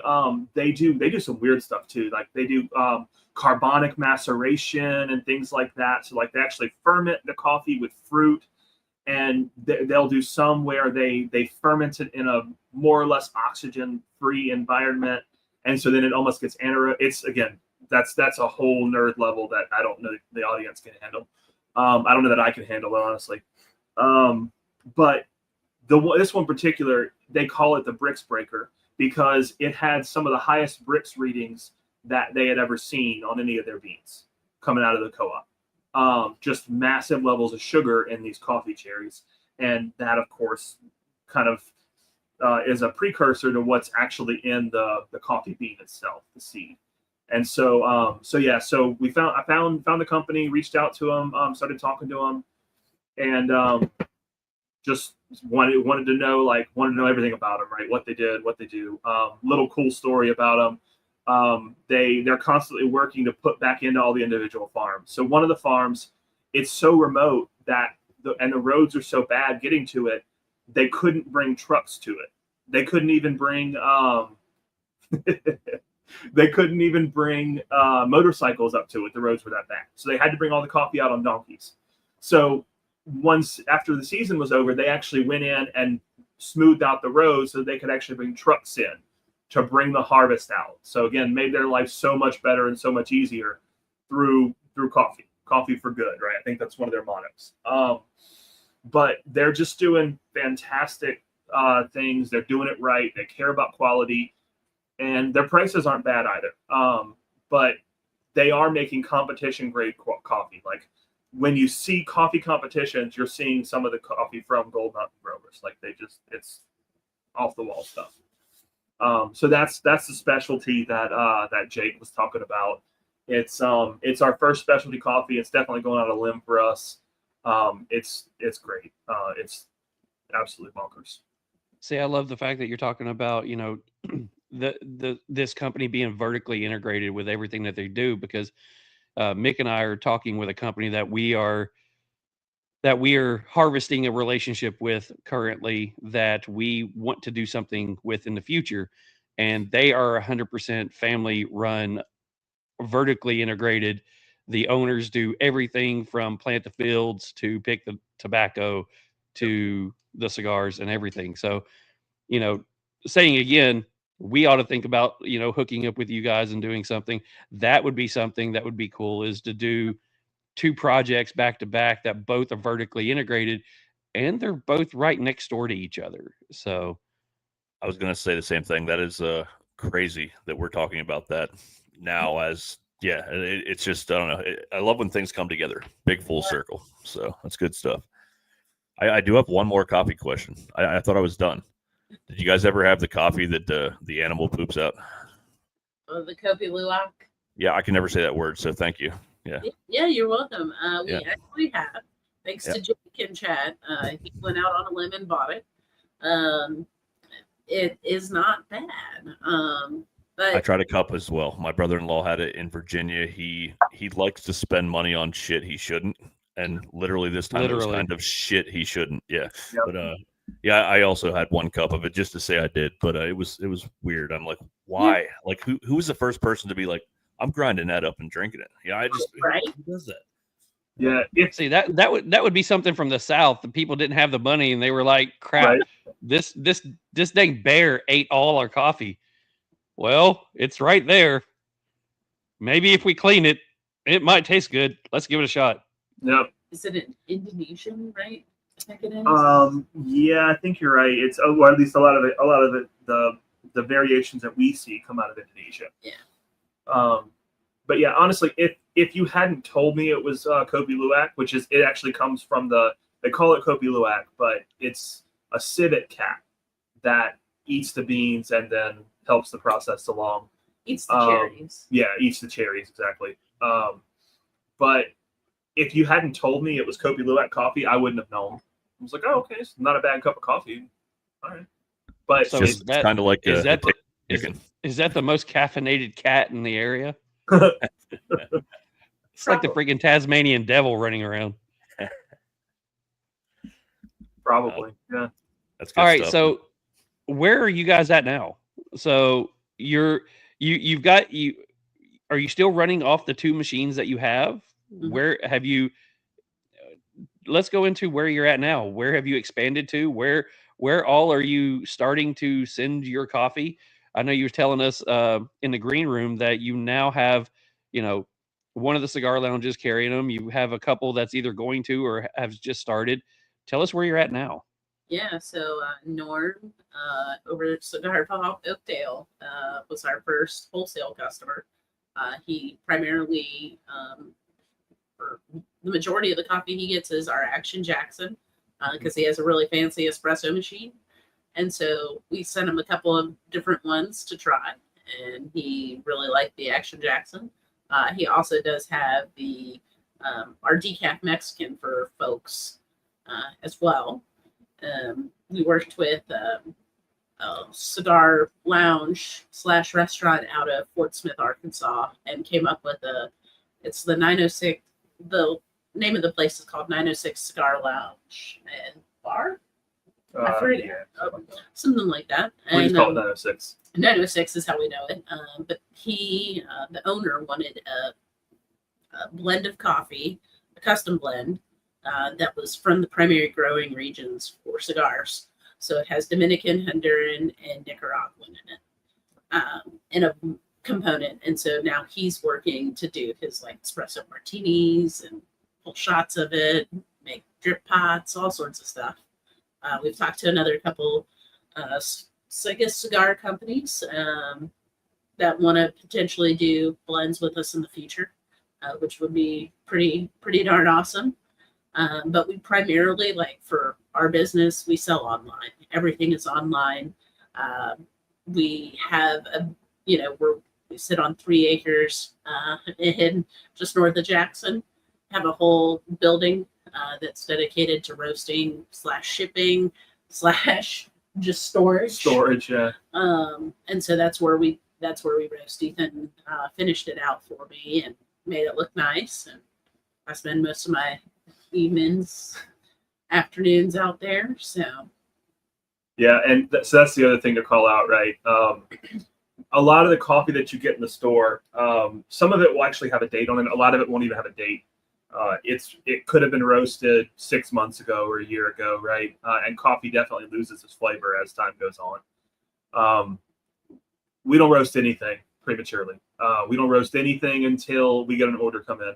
And it's actually really funny because it always works out where Katie will get a bunch of orders boxed up and everything will be good. She'll be down to like one pending order, and we'll get a bunch of orders come in, and she's like, "Well, yep, guess I'll spend all my time out in the coffee building tomorrow." I did forget that one. Sips and Smokes Society in Albuquerque. Yeah, Sips and Smokes. So yeah, we're in Sips and Smoke Lounge as well. But yeah, so they just everything gets roasted fresh, right? And so from the time it's roasted to the time it gets to you, including whatever weird USPS or UPS delays we're seeing at the time, your coffee is at most a week, 9 days old. That's one of the things that we pride ourselves on. It's got to be fresh. It's got to, because again, who wants to drink old coffee? That's crazy.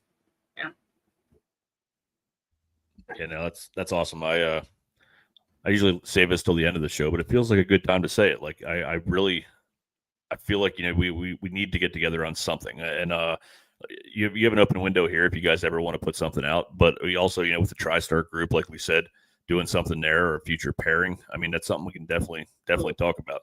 And you guys you're part of this family now. And I mean, not that you weren't before. We loved you guys when we met you, but now that you're on the show, you know, you always have that open window if you need something, or you know, just want to push something out from your brand, or you got something new coming out. Let us know. Collaborate with us online, and we definitely we got you. Yeah. Awesome. Yeah. So one of the, go ahead. I'm sorry. Say we would love to do that with you guys.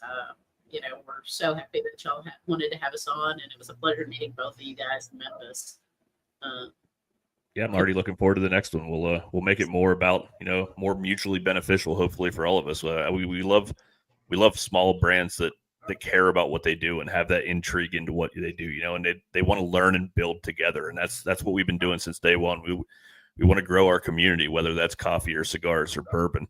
You know, like, it's just stuff that we enjoy, and we love those experiences. That word keeps coming up tonight, but we definitely want to keep growing with small companies that really care about what they're doing, not just people that are pushing out whatever to try to make a buck. You know, it's people that actually care about what they do and invest that time into it. So yeah, you guys are no different than any other brand that we've had on here, because I don't know if you guys have noticed a theme. We don't really bring brands on that we don't care for. We bring people on that we do care for and that we want to see grow and build together. So one of the things that we always like to do towards an end of a show is we do what we call hotbox questions. And hotbox questions are 10 random questions that aren't so random to us, but are random to you. But the thing that we always want to do is ask if you're willing to play hotbox questions. Absolutely. Let's do it. Why not? Awesome. So hotbox questions are brought to you by none other than John Aldi with Beard Apothecary. Yep, that's what she said. Hey, ho. What's going on, everybody? Johnny from Beard Apothecary. Merry Christmas and ho, ho, ho, mother. Ooh, sorry, my bad. It is, it's a family show. Hey, I'm here with my trusty sidekick, Bruce, and we are bringing to you the first ever holiday scent drop from Beard Apothecary. The first one we're going to talk about tonight is called Elfed Up. Elfed Up is crisp apple and mandarin up top. It's a festive fir and cranberry in the middle and a sweet cedar sugar finish. Elfed Up is Christmas in a bottle.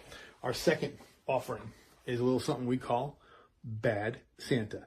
Bad Santa is berries and apples, bright in the front, but lavender, cedar, and musk reveal the truth. Bad Santa is holiday trouble in one killer scent. So I also want to take this time to thank everybody, especially Charles and Mick, for everything they've done for us to help us grow as a company and as a brand, and as just this community's been just nothing but fantastic. We really appreciate you guys. So it also, make sure you like, follow, subscribe to the fellas. Real smoke is no joke. I just made that up. But hey, don't let the beard look weird. Merry Christmas. There we go. He's great. But That's his best ad ever. I love it. And Charles's beard did look weird today in his promo thing. So I don't think he used the Beard Apothecary today. I was cracking up. All right, so I guess I got question number 1, if you guys are ready. And I did have to, my first 2 are pretty standard questions, but after that I got a little bit weird with you guys because I had to adapt from cigar stuff, you know, to coffee stuff, kind of. So here we go. What is your least favorite sound? I always like that one. It's a weird way to break the ice. I mean, we've heard everything from dogs puking to babies crying to fingernails on a chalkboard. I'm just giving you some examples, so I'll let you go. cutlery on dishes, like squeaking. Okay. It makes my ears cringe. So mine is actually it's this witch sitting beside Katie. Whenever she gets worked up, she will bark really loudly. Well, in our kitchen, we have high ceilings, and so it like has this weird echoing reverberation, and it sets me off. Love it. Katie yelling even. Yeah. So, question number 2: what is the one thing outside of your industry that you have done lately that has made you really excited or happy?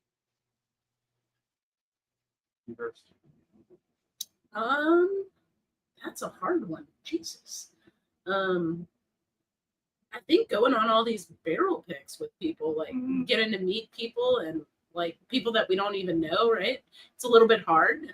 Just like we didn't know anybody when we went to Memphis. And it's always hard to kind of break that ice, but it makes me happy because you make these connections that are going to be around for a long time. Yeah, I agree. That's a good one. Sorry, you shouldn't let me go first. No, you're good. You're good. So I'll go the opposite side. I'll go super nerd. I've been getting into AI like crazy, and man, it's a freaking it's a whole nother nerdgasm rabbit hole kind of thing that I've just been going nuts over. It's super interesting. I will agree with that one. I'll agree with both of you because yes, some of those meetings, I've met so many great people through TriStar Herf Crew and through the podcast that I almost consider family at this point. And it's crazy, like how close you get with people that you and me and Charles, we figured out why we're so much alike over the years. Hanging out, talking and stuff. We're like, wow, that happened to you too. Like, weird, but honestly, the people we've met along the way is really what's made this journey special, and that's amazing. And the AI thing, I'm kind of like the old man of the group here. I'm only like a couple years older than Charles, but I'm excited when something comes out that's even remotely close to what I ask it to do. It's the coolest thing ever. So I'll give you that. All right, this one's just because I need it for the after show promos. What's your favorite musical band or artist? That's really hard. That is very hard because I listen to a lot of music. Oh man. Come on, Katie. I'm hurrying. I'm thinking. You're not hurrying. How about Muse? I'll go with Muse. Okay, and I've got to say Chris Stapleton. Some good outlaw country. Love it. Gotcha. All right, so my question number 4 is a side to his. What is the most embarrassing song that you have on your playlist? Oh gosh, embarrassing song. You go first, Stephen. Okay, so anything by Florida Georgia Line. It's absolutely bro pop country, but for some reason I love it. I don't know. I was thinking he was going to come back and say he's living through Britney Spears' first album. No, actually, so I have a particular dislike for Britney Spears because she's a Louisianian and she makes Louisianians look bad. Yeah, she's still pretty dumb, even though years later she still looks pretty good, but she's still dumb as a box of rocks. Like every video, I'm like, why? Why is she still posting? It's so dumb. That's what drugs will do to you. Yeah, I'll say it. I mean, we grew up in the 90s. I'll say Backstreet Boys. I was a Backstreet Boys fan, and I DJ'd a lot of Backstreet Boys, 98 Degrees, NSYNC. Some of that still comes on my playlist, and I know every word. So, if I need one more song after the first 2 posts, I may have to use that. So, just saying. That's perfect. That's fine. All right. So, question number 5: what is the weirdest food you have ever paired with coffee? I don't know if we've done any food and coffee pairings. Yeah, not any weird ones anyway. Now you're giving us ideas. I was hoping for something really super weird, but it's okay. No, I'm sorry. I don't think we've paired anything weird with coffee. Yeah. Okay. I genuinely don't have anything for that one. I'm sad. I don't. Fair enough. Funky cigars with shitty cat coffee. Yeah. All right, so what is the dumbest way you've ever injured yourself? I love the laugh. So Katie said earlier I was in the military. I was in the National Guard. And the first time we had to build a temporary skiff, they gave us, typical National Guard, they gave us absolutely the wrong equipment to the job. Instead of concertina wire, they gave us razor wire. And instead of the chainmail gloves, they gave us winter gloves. So it was a shit show of a day. I ended up with my left leg up in the air for about 30 minutes because one of the pieces of razor wire just went straight into and out of my thigh. Sorry, my calf. And yeah, so that's the top of my list, hands down. Most embarrassing.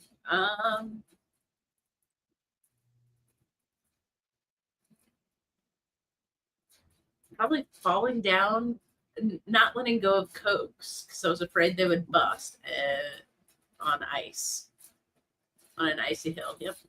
But Katie also just randomly falls. Don't Yeah. let her fool you. Yeah. She just randomly falls. That happened over Thanksgiving. Yeah. I love it. I love it.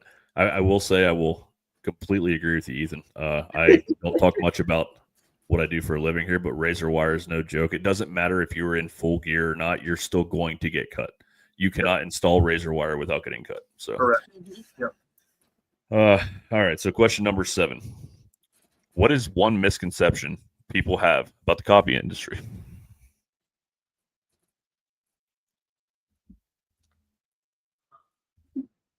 So I'll go first if you're gonna think that hard. It's the number one is caffeine content in coffee. That is the absolute number one. Everybody thinks a dark roast has more caffeine, and it's the polar opposite. Misconception. I would think that a lot of people think all coffee has to have that roasty note to it as well, and it doesn't.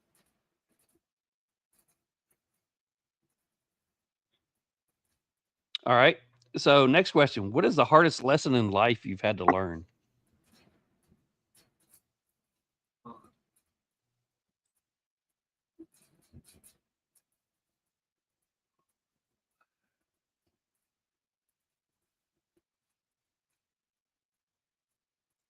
Wow. I know. We're bringing out the big Nice. guns tonight. Yeah, Yep. yeah, man. Make us think back. So I mean, I'll go like the hardest one I had to learn that I carry with me every day is just because I'm having a bad day doesn't mean I can. Yeah, that's that one. She thinks that was true. It's not. Always right. No, it's just because I'm having a shitty day doesn't mean other people should too. Like, don't take that out on people, and I keep it with me every day. Got some-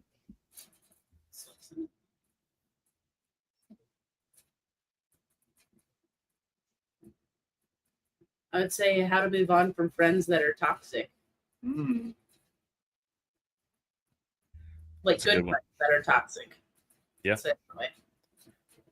I'll tell you, it gets easier. Like mid-40s, you start not giving a fuck about anything. I'll just be honest. It's yeah, you're just like, whatever. I'm better off now. But I mean, yeah, I see where you're coming from on that. But the older you get, the easier it gets. Yeah. All right, my final question number 9. If you could have a cup of coffee with any historical figure, dead or alive, who would it be and why?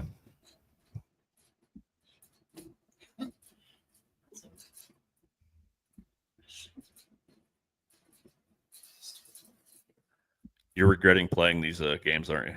No. Not at all. No. I'm You're just making thinking a us lot think. harder Yeah, than you're I making us expected think. to.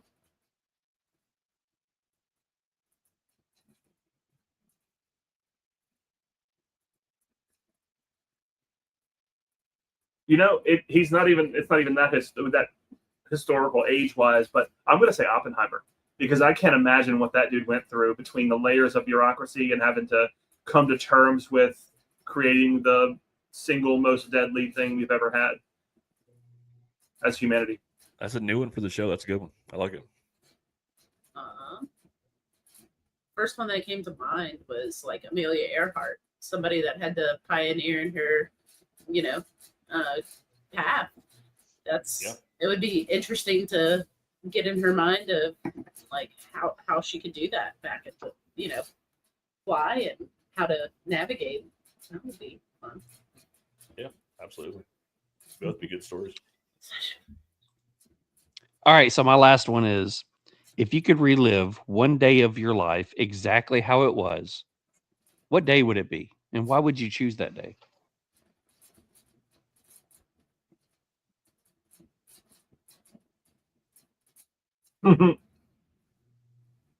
Uh-oh. I like this. I love it when we start with a giggle. So when in 2013, it was not long after I had gotten back from training. Actually, it was probably 2014. It was May. Katie and I took a trip up to DC, and I say it was May, it was March. We took a trip up to DC, and the weather had already started to warm up. Plus, at this point we're in southern Louisiana, and so we're there in jeans and tennis shoes and everything else. You know, we have a couple of decent days, and about the second or third day we're there, snowstorm in the middle of March, and immediately I think, okay, well, we're just staying in, because we were up in the Shaw district, and I think, okay, we're just staying in. And she looks at me and goes, "But I want pictures of the monuments in the snow." So we are traipsing around in puffy jackets and mesh tennis shoes and jeans and 1.5 foot of snow around all the monuments. And I remember, like, at some points I was so annoyed, but it was also so cool seeing the monuments in snow and with hardly anybody else around. And it was one of those things that could have been an absolute shit show. And in some ways it was, but it was also so much fun. They're sometimes the best days. That's awesome. Yeah. So I'll be really, really sappy. It was the day that Ethan proposed. Aww. Because we were in Ireland and we had just flown overnight, and he proposed on my birthday in Ireland. And then we went to Guinness and Jameson and just had a grand day, and I had no idea it was coming. Absolutely no idea. It was a great day, and we were there with family and got to share it with them, and then got to talk to family and share that with them. But it was a cool experience, cool day. Oh, I like it. I think that's where Charles was hoping for. You guys both pulled it off. That was good. So I will say, going back to what Ethan said, my wife and I, like I said, we go to Charleston all the time. We love the area. At the time was probably the worst afternoons, but looking back and looking at the pictures has become the best. So we go on, there's an island out there, Morris Island, that you can get dropped off on. You can go out there and they drop you off for 2 hours. The boat leaves, goes back inshore. You go look for shells, shark teeth, explore the island. When we book, we have to book these tickets 6 or 7 months in advance. So we do this. So we get out there and all we have is typical beach wear, shorts, tank tops, whatever, backpack. That's it. We get on the island. It's nice. Within 10 minutes, the boat has already left. The skies turn blacker than night, and it becomes almost like a hurricane comes in. There's 10 of us on this island like freaking Gilligan, and we get downpoured on for the entire 2 hours. We have a picture sitting on a log, bundled up like this, because the temperature goes from 90 to 70, and it's nothing but these huge winds and downpouring rain. And her hair is all over her. My beard is out like this. We're in tank tops. And I just decided to take a picture. And the look on her face is like, I want to kill him for wanting to do this. But it's one of those things where it's like, we joke about it all the time. And, we want to do this again. The next day, for the next 3 days, every time we went out, it downpoured. And we were just running through the streets, jumping in puddles. I mean, we just ended up saying, screw it, we're going to have fun. Yeah. But it was one of those things where at the time, oh my God, we were both so irritable. But looking back, it was probably the coolest experience ever. That's awesome. Yeah. Those are things that you'll never forget. So. All right, guys. So closing this one out, let's talk about where people can find you, what you've got going on in the future, what you're looking forward to. I mean, we're in December now. End of the year is here. What are you guys looking forward to for 2026? What do you have coming out? How, just let everybody know what's going on. Yeah. So you guys can find us at driftingdrams.com. Or what did you do nerd-wise to make it easy? Oh, the short code? Yeah. Drams, DRA.ms. If you type that in Google, it pulls up our website. Yeah. So you can do that. What we have coming out, we don't really know. It's something that we constantly talk about, coincidentally over coffee and cigars most of the time, or whiskey. And then I spend It does work. I'm impressed. That's awesome. Yeah. Or I spend a lot of money after we drink on coffee beans and get in trouble the next day. But I think we really want to partner with some of these smaller farms this year, like Ethan was talking about with our specialty one.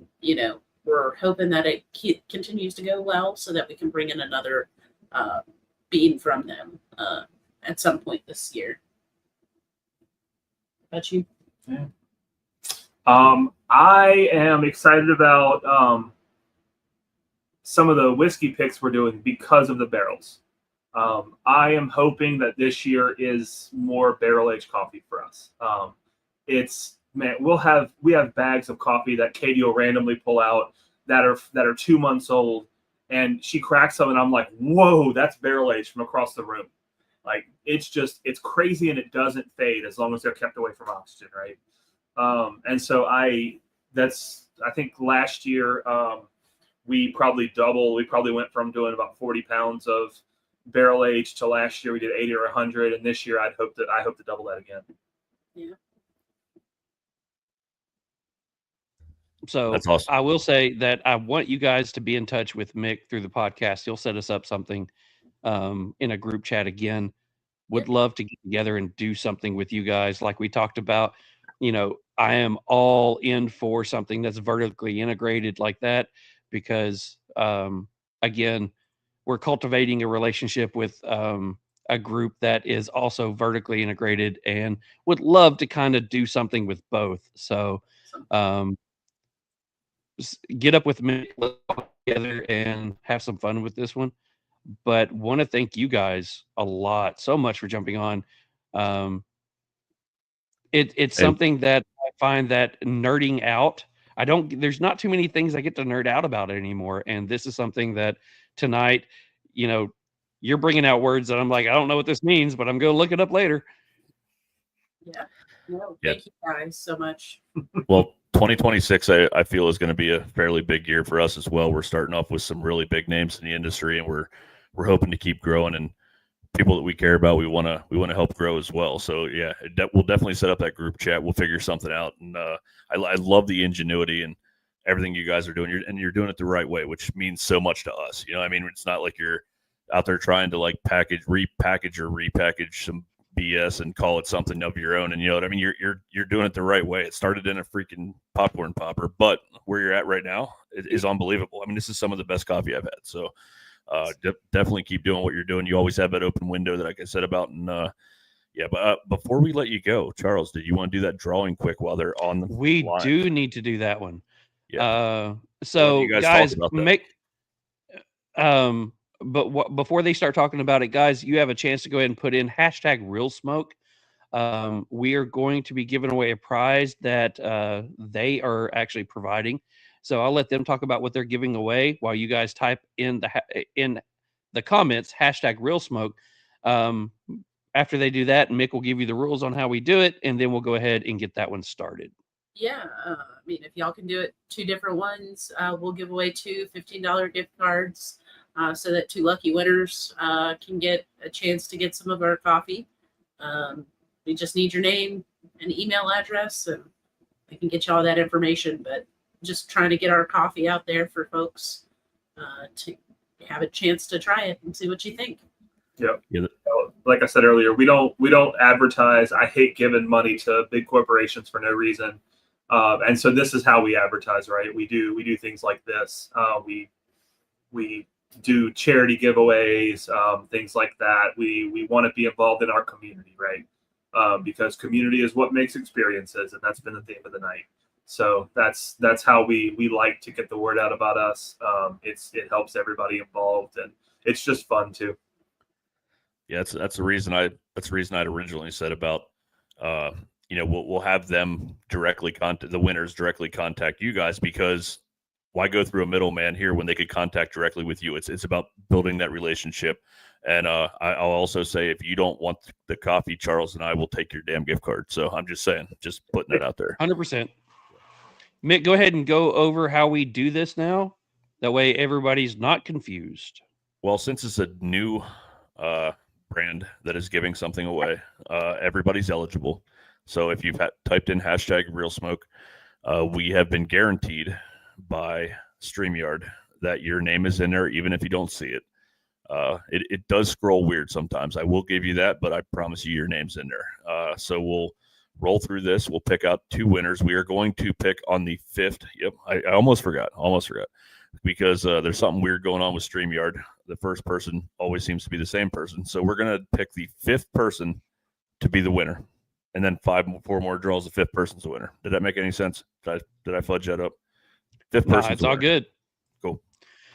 All right, so here we go. Again, if you see on here, it is this episode, hashtag Real Smoke, exclude all winners doing multiple draws has been canceled. So everybody will be in here again. You cannot win twice. So let's go ahead and draw the first name. The first name that's being eliminated for this round. So sorry, Robert. Let's draw again. Robert could actually come up again, just saying. It has happened before. Speaking of it, there it happened again. So going to number 3.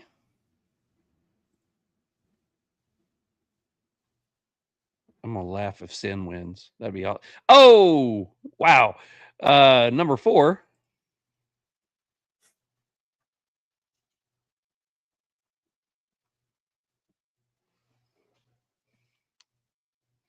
Angels number 4. This is going to be our first winner right here on draw number 5.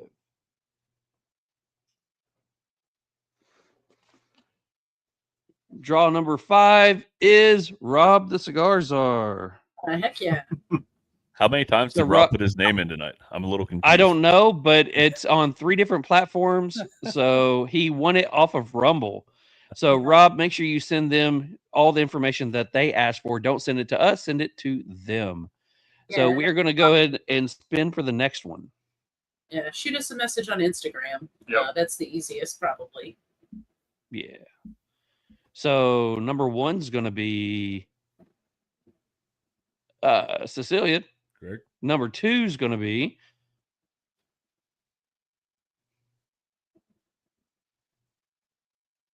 and the name is Stanley.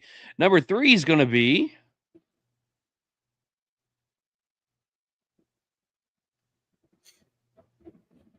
I forgot to say you had to be live watching it, but Rob already jumped on here.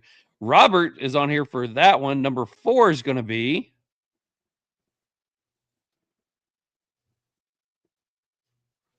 who's going to be the runner-up this time? Rob again, the runner-up. That's 4 times your name's been on here. If anybody ever has a thought that StreamYard's not doing something weird, here you go. So here we go. The winner for the second gift card is going to be, and if it's Rob, you don't get it again. I'm just saying. Angel's on here. Angel. Congrats, Angel. Yeah. All right, so Rob and Angel, do the thing. Send them a message with your name and email address, all that wonderful stuff. Congratulations, boys. All right. So thank you so much for doing that for everybody. Guys, you still have a chance. This does not go against you winning our gift cards from Cigar Vault. That's what we're giving away is 2 $25 gift cards from the Cigar Vault. So we'll do that at the end of the show. These wins do not go against that one. But if you did win last week, it does go against that one. So yeah, I'll again say thank you. And it's been an awesome night. I always go into these kind of like with cigars. I think I kind of know what to like expect for questioning and how things are going to go and what route we're going to take. I had no clue tonight. And honestly, it was amazing. I like shows like this where it kind of free flows and we just have fun and like we're just shooting a shit somewhere and talking about something that interests all of us, you know. And again, it's building that community, and we love what you guys are doing. So from my side, like I said, open window, open door. We'll definitely be in touch, and we'd love to do something with you guys very soon. Awesome. Well, thank you Yeah. guys Thanks. so much for having us on.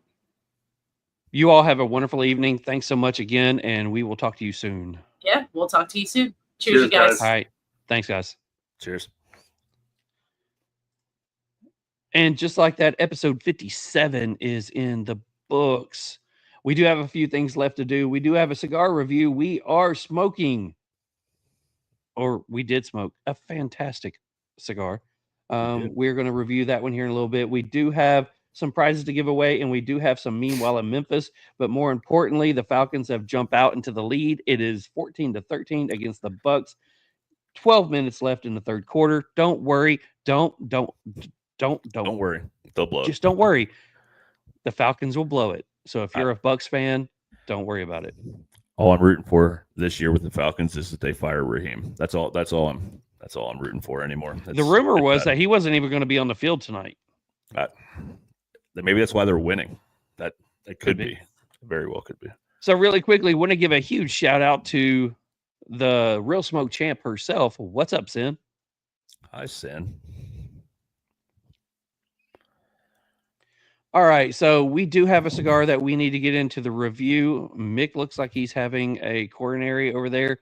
But while he figures that one out, our cigar review tonight is going to be brought to you by the Cigar Army. The Cigar Army is a much tamer cigar group than others. We aren't John Aldi from Beard Apothecary, taking you into their headquarters of their beard products with Taylor Swift pictures on the walls. Or Robert a.k.a. Fred Durst of 30 Knives. Forging knives, cutters, and Christmas ornaments all night long. At the Cigar Army, we are a small group with a mission to give back.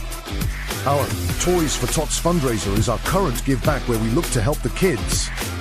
Buy some raffles tickets, win some prizes, and help us raise money for the Marines' Toys for Tots. Here, at the Real Smoke podcast, we support each other. Whether it's for the beard, for the metal forger, or for just giving back, come support Operation Give Back. Support the Cigar Army. 100%. They still got some tickets going on right now. $5 of tickets for the raffle. And that raffle and all the drawings will be made live on here this Saturday at 1 o'clock on the Real Smoke podcast. But again, tonight we are smoking Northern Cigar Company Ometepe Habano. Mick, I will let you go into that one. I will say there's not been too many times that I've reached out to people after I've smoked the cigar a couple of times and been like, hey, I need to know your thoughts on this, because I'm usually really confident in what I'm smoking and what I'm doing. And not only did I reach out to you, I reached out to someone else and was like, this cigar is different. This cigar, am I getting what I'm getting? And, you know, both you and our other person was like, it's a good cigar. Yeah. Sorry, I was a little distracted there. I was trying to figure out who won last week before we do the Cigar Vault giveaway. So I finally figured it out. You probably have it written down already, if I know you. I do, but I had to go look for it. Yeah, I just found it. I'm good. Cool. So I'm going to start out my review by saying I kind of screwed up on this one. We specifically picked this cigar, a Habano, to pair it with coffee. And then I had a shitty day at work and came home and paired it with bourbon, a pretty high strength bourbon. So I think I missed out on some of the notes because of what I paired it with. Because you said you did yours with water. We didn't talk till well after we had smoked the cigar. I'm not saying my score isn't still great, but I am going to smoke the second one with water or nothing because I really want to experience more of the flavors, because I think I kind of drowned it out with the bourbon a little bit. So anyway, pre-light aromas and taste. I got a lot of natural tobacco sweetness. I would call it molasses. That's aroma from the body was absolutely molasses, a touch of light cedar. Aroma from the foot, again, was molasses and light hay. Taste from the cold draw, I got light barnyard. Definitely still that sweetness. I wouldn't call it molasses on the cold draw, but it was a lot of natural tobacco sweetness. First third, I got earthy notes, baking spice, mild sweetness, light black pepper. It was definitely a creamy, heavy smoke. And I got touches of citrus notes here and there throughout the first third. The retro, I got black pepper and a little bit of touches of cinnamon here and there. Oh, I thought you were waving at me. Just saying hi. Nope, just saying hi. Hi. Sergio's on. Sergio, what's up, brother? All right, second, third notes. Excuse me. Second, third notes. I got mild earth, nutmeg, touches of chocolate came in and out throughout the second, third, creamy smoke, and still there was just hints of citrus, retro black pepper, touches of baking spices. Final third notes, it was a damp earthiness, baking spices, vanilla notes here and there, touch of cocoa, espresso, molasses, and I would say there was a little bit of charcoal smokiness to the end of it. Again, black pepper. It was definitely turned more into a full smoke towards that final third. Pre-light experience, I gave it 18 out of 20. Flavor enjoyment, 14 out of 15. Construction characteristics, 27 out of 30. Smoke production and final thoughts, 31 out of 35. I gave it a 90. So I will say that you got a lot of what I got, and then you got a lot of what I didn't get, but it's all subjective. So we all taste something different, and I will say that there's a lot of it there. With bourbon definitely would have changed, I bet, some of the flavors for you as well. So, for me, could be aroma off the body, slight barn, slight sweetness. Aroma off the foot, funky, musty tobacco.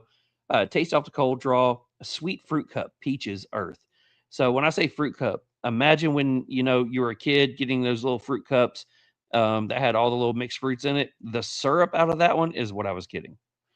On the light, charred meat, oak, black pepper, salt. Into the first third, earth, coffee, and salt, followed by a dark chocolate. The retro is earth, musty black or mineral black pepper, and a citrus note. The finish is long, leaving me with a salty sweet note. The burn is excellent. Ash is tight and holds through the third.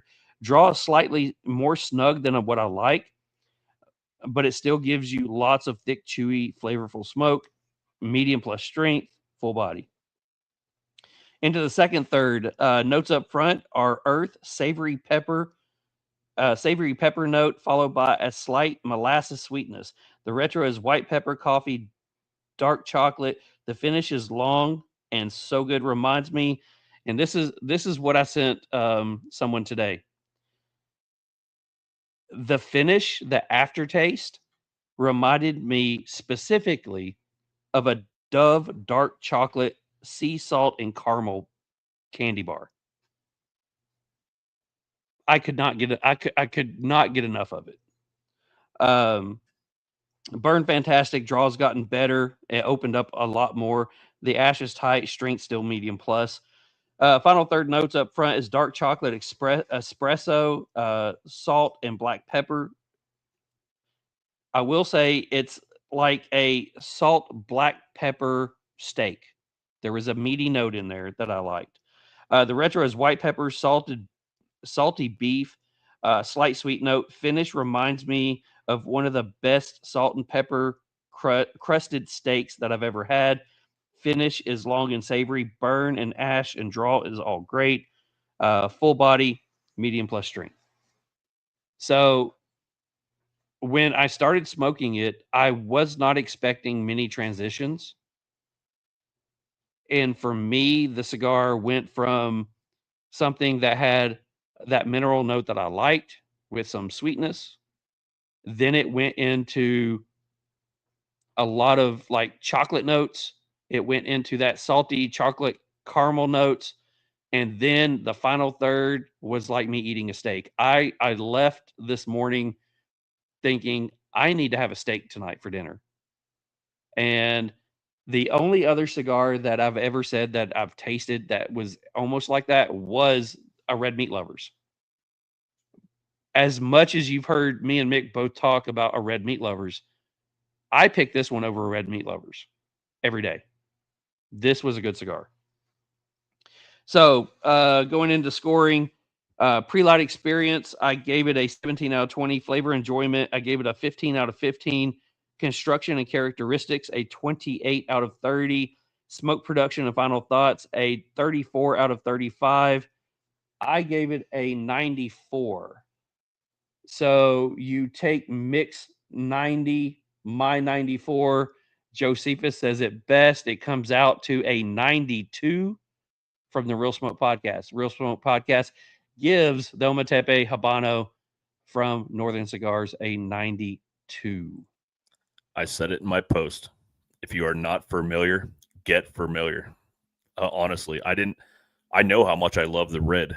And the I always say that word wrong. Come on, Charles, help me out. The red Chilagra. Is that right? Chilagra. Anyway, and now the blue we've heard is very good as well. So I'm excited to try that. So I'm telling you, I was at 93, 94 with that red when I smoked that one. This one, I don't know what I expected. I don't think I expected to hit 90s quite. And here we are. And it was outstanding. And you're right. We did have a lot of the same flavor profile, but I believe mine got a little bit jaded by drinking it with high proof bourbon. So yeah, it was unbelievable. And that charcoal taste I got in the final third makes sense with what you had for the steak. So yeah.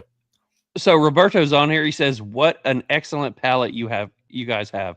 So Roberto, he's one part of that company. I will say that let's jump on what Mick said. If you don't know Northern Cigars, start learning about them. Yeah.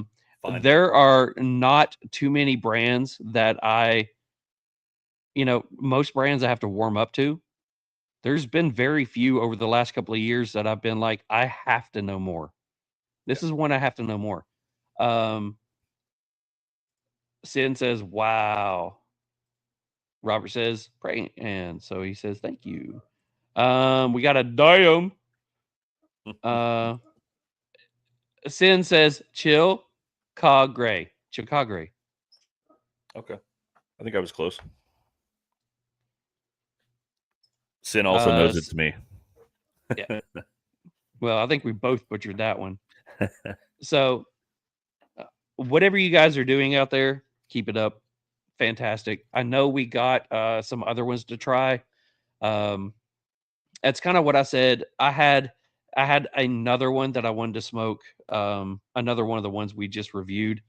I didn't want to smoke it because I enjoyed the flavor profile so much.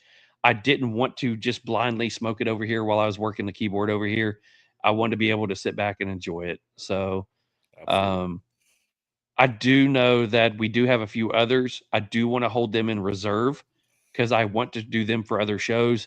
As they get closer to being or pushing out their core line and doing all that, I would love to be able to smoke and review more. That way it kind of helps get their name out there because I don't know anybody else that's really talking about them much. So no, I want to spread that word. I've been blown away by everyone we've had so far, and I can't wait to get into the rest of them. So yeah, it's definitely one that I look forward to, and I look forward to getting to know even more about them. So Mark says on here, before I have one, I want to learn how to retro. Still struggling. I will say one of the best flavor profile I got from this cigar was from the retro. Absolutely. The second best, the finish. My goodness, the finish on this. Usually I don't want a really long finish, something that lasts for a while. The finish on this one is fantastic. Yeah, it was great. So, anyways. So the last little bit, let's see, we got prizes to give away and some Meanwhile in Memphis. So the prizes already brought up. So Mick, who are the people? By the way, I don't want to just cut it off real quick. Sin says you guys are one of the first. That's awesome. We're honored to be one of the first. I would like to say all the guys, but we know it's a family deal out there. Everybody over at Northern Cigars, you guys are amazing. You guys are doing great work. Keep it up. Can't wait to see what you guys do more of. So we're proud to be a part of hopefully getting your name out there and making it a household name because you guys deserve it. It's good stuff. So Mick, who are the two people from last week that are not eligible to win this week? So this week, Guns and Water and Get Your Ends Up are the two people that are not eligible for this week's episode. So, guys, we do have two $25 gift cards from Cigar Vault Oakdale. I know Mick was waiting for me to say Beard Apothecary. Get over it. We do have those 2 to give away. So we're going to spin the wheel 5 times. Fifth person wins on both. Did we have a sponsor for the prizes? Do we have a sponsor for the prizes? We do have a sponsor for the prizes. We should probably talk to them first. Do you think? I got you, buddy. I got you. Yeah, I always forget this. I've had a lot of coffee. I'm sharp tonight. I'm good. Yeah. Listen up, Perf heads. Is if your cutter feels like a toy and your gear's got no soul, it's time to level up. Bruder Cigar Accessories. 100% American made. Veteran owned, built like a tank, passed down like a rifle. This ain't mass-produced junk. It's the heirloom collection.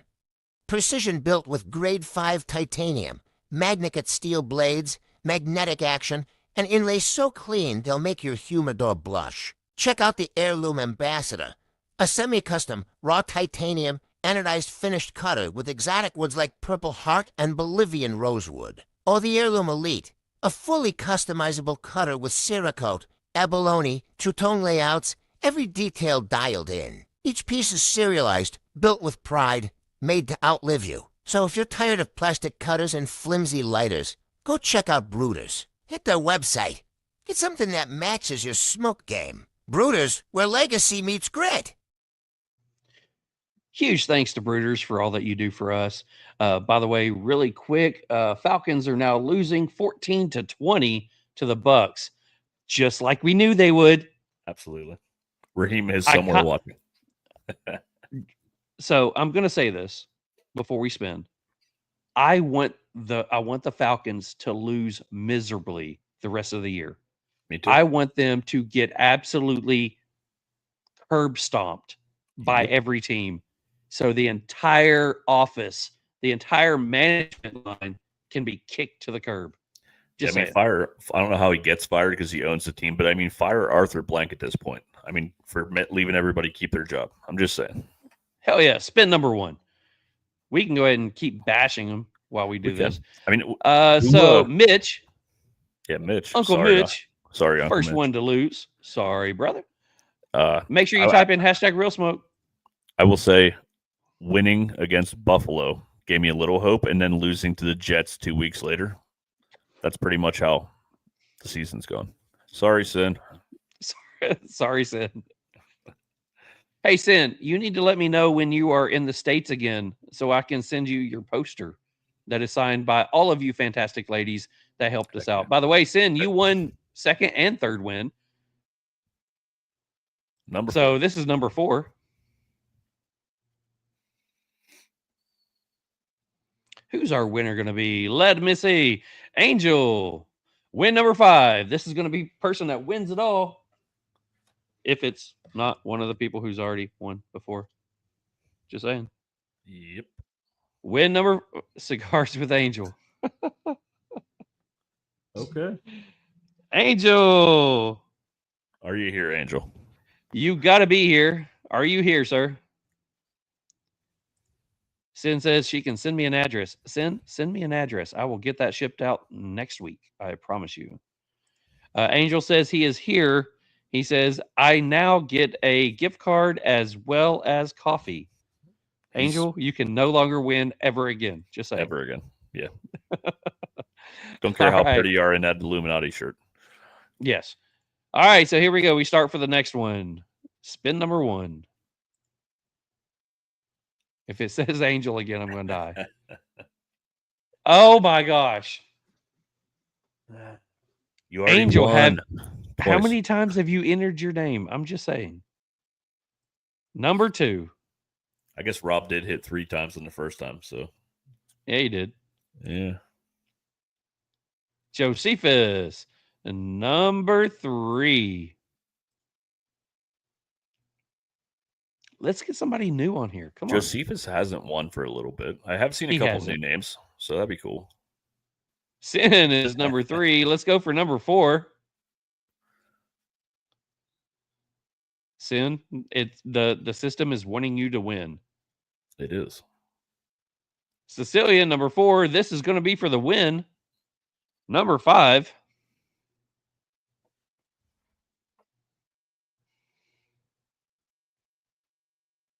Cigar. They were the last person to put their name in here, and oh my god, they just won. Cigar Dudes podcast. Are you on here? He does say he is here. So, Mick, what do they need to do to get you the information? Randy Angel, you know the deal, but send me your name, email address, phone number, firstborn child, semen sample, urine sample, to the Instagram page, either the pod page or Real Minutes, either one. But yeah, send me all the normal stuff. I think you guys know the drill by now. But congratulations, boys. Chainsaw babies. That's what Josefa Chainsaw says. babies. Chainsaw babies. So our last segment that we have on here is Sin's cracking up. Love it. So last segment we have on here is some Meanwhile in Memphis. So before we do our Meanwhile in Memphis, we need to talk to our family over at Haze Gray Cigars. Some carry their story in their hands. Others roll it into every leaf. Born from service, forged in loyalty, built on brotherhood. This isn't just another cigar. This is Haze Gray veteran-owned, battle-tested, crafted to honor those who served. And the bonds that never break. From the flight deck to your lounge. Haze Gray Cigars brings the experience to you. Strength, camaraderie, tradition. Haze Gray Cigars, we got your sticks.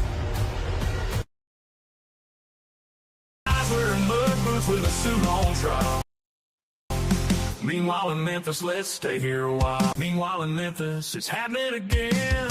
Meanwhile in Memphis, the sky turns wild. Stray gators and pools running free and wild. Some guys wearing mud boots with a suit on trial. Meanwhile in Memphis, let's stay here a while. Did you actually hear it this time? I did. It's nice to have all my equipment back. Last week was rough, but it was a great show, but it was a little rough. I really hated that you missed the Meanwhile in Florida because I had to go back. It was good. It was good. I mean, there needs to be a show that when we do the boys' night, when I just want to play some of the Meanwhiles, because we got the Meanwhile in Florida, Meanwhile in New Zealand, and then the Memphis one. I mean, so many fire. Ones. Absolutely. That was one of my highlights at the Memphis Herf, was playing that across the loudspeaker for a while. That was awesome. All right, so back to Memphis after a week of vacation. Back to Memphis. Little Meanwhile in Memphis. There was one that I couldn't put in good faith, because you remember a few months ago I told you about a guy that had 2 pending charges. One was for murder, and he got indicted for he had like a traffic violation, and he went to see the judge for the traffic violation. They left him out after he just got hit for murder. That's I don't know what the other 2 were, but congrats, Sin. That's cool. So I don't know if you remember that story, but anyway, that happened again. I do remember. I do. I just had to put that up there just to see if I could break your concentration. You did. And it did. You did. Yeah, it's like squirrel. But now it happened again this week. The reason I did not put the story in is because the guy is in for some things involving children and also a traffic violation, and they left him out. And he ended up turning himself in today. So the good news is they got him back. The other guy that got released that had a murder charge, he's still in a run somewhere. He's probably in Mexico by now. But so anyway, we'll get into the ones that I am actually going to do tonight.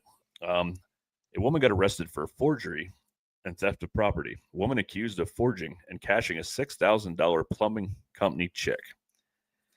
Memphis, Tennessee. A woman is accused of forging and depositing a check for over $6,000 from a plumbing firm. This woman has been charged theft of property, criminal simulation, forgery, and use of counterfeit mark or logo identity theft. On September 24th, National Economy Plumbers filed a report saying that they received a notification from their bank stating that the name on a check for $4,209.58 was altered and cashed for $6,209.58. Officers said the person who filed the report said she did not know this woman and the business did not write that check. Investigators said on November 3rd, they found this woman was the owner of a bank account where the fraudulent check from National Economy Plumbers, Inc. was deposited. Police say her account had a starting balance the day before of $3.40. After that, it had over $6,000. But she blatantly said that she was not the one that cashed the check, that was her money.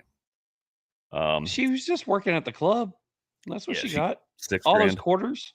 And here's the great writing in some of the newspapers down here. It says, this was obviously a crappy situation for the plumbing company. And then it says that her bail's been set at $10,000. She's set to appear in court Wednesday. You do know how she got that money, right? I have a guess. Spit on that thing. You get me? Just saying. Heck yeah. That's her legal defense. Ma'am, how did your account go from $2 to $6,000? Well, Judge, I Gotta give him that hawk to it. Spit on that thing. You get me? Well, ma'am, I completely understand.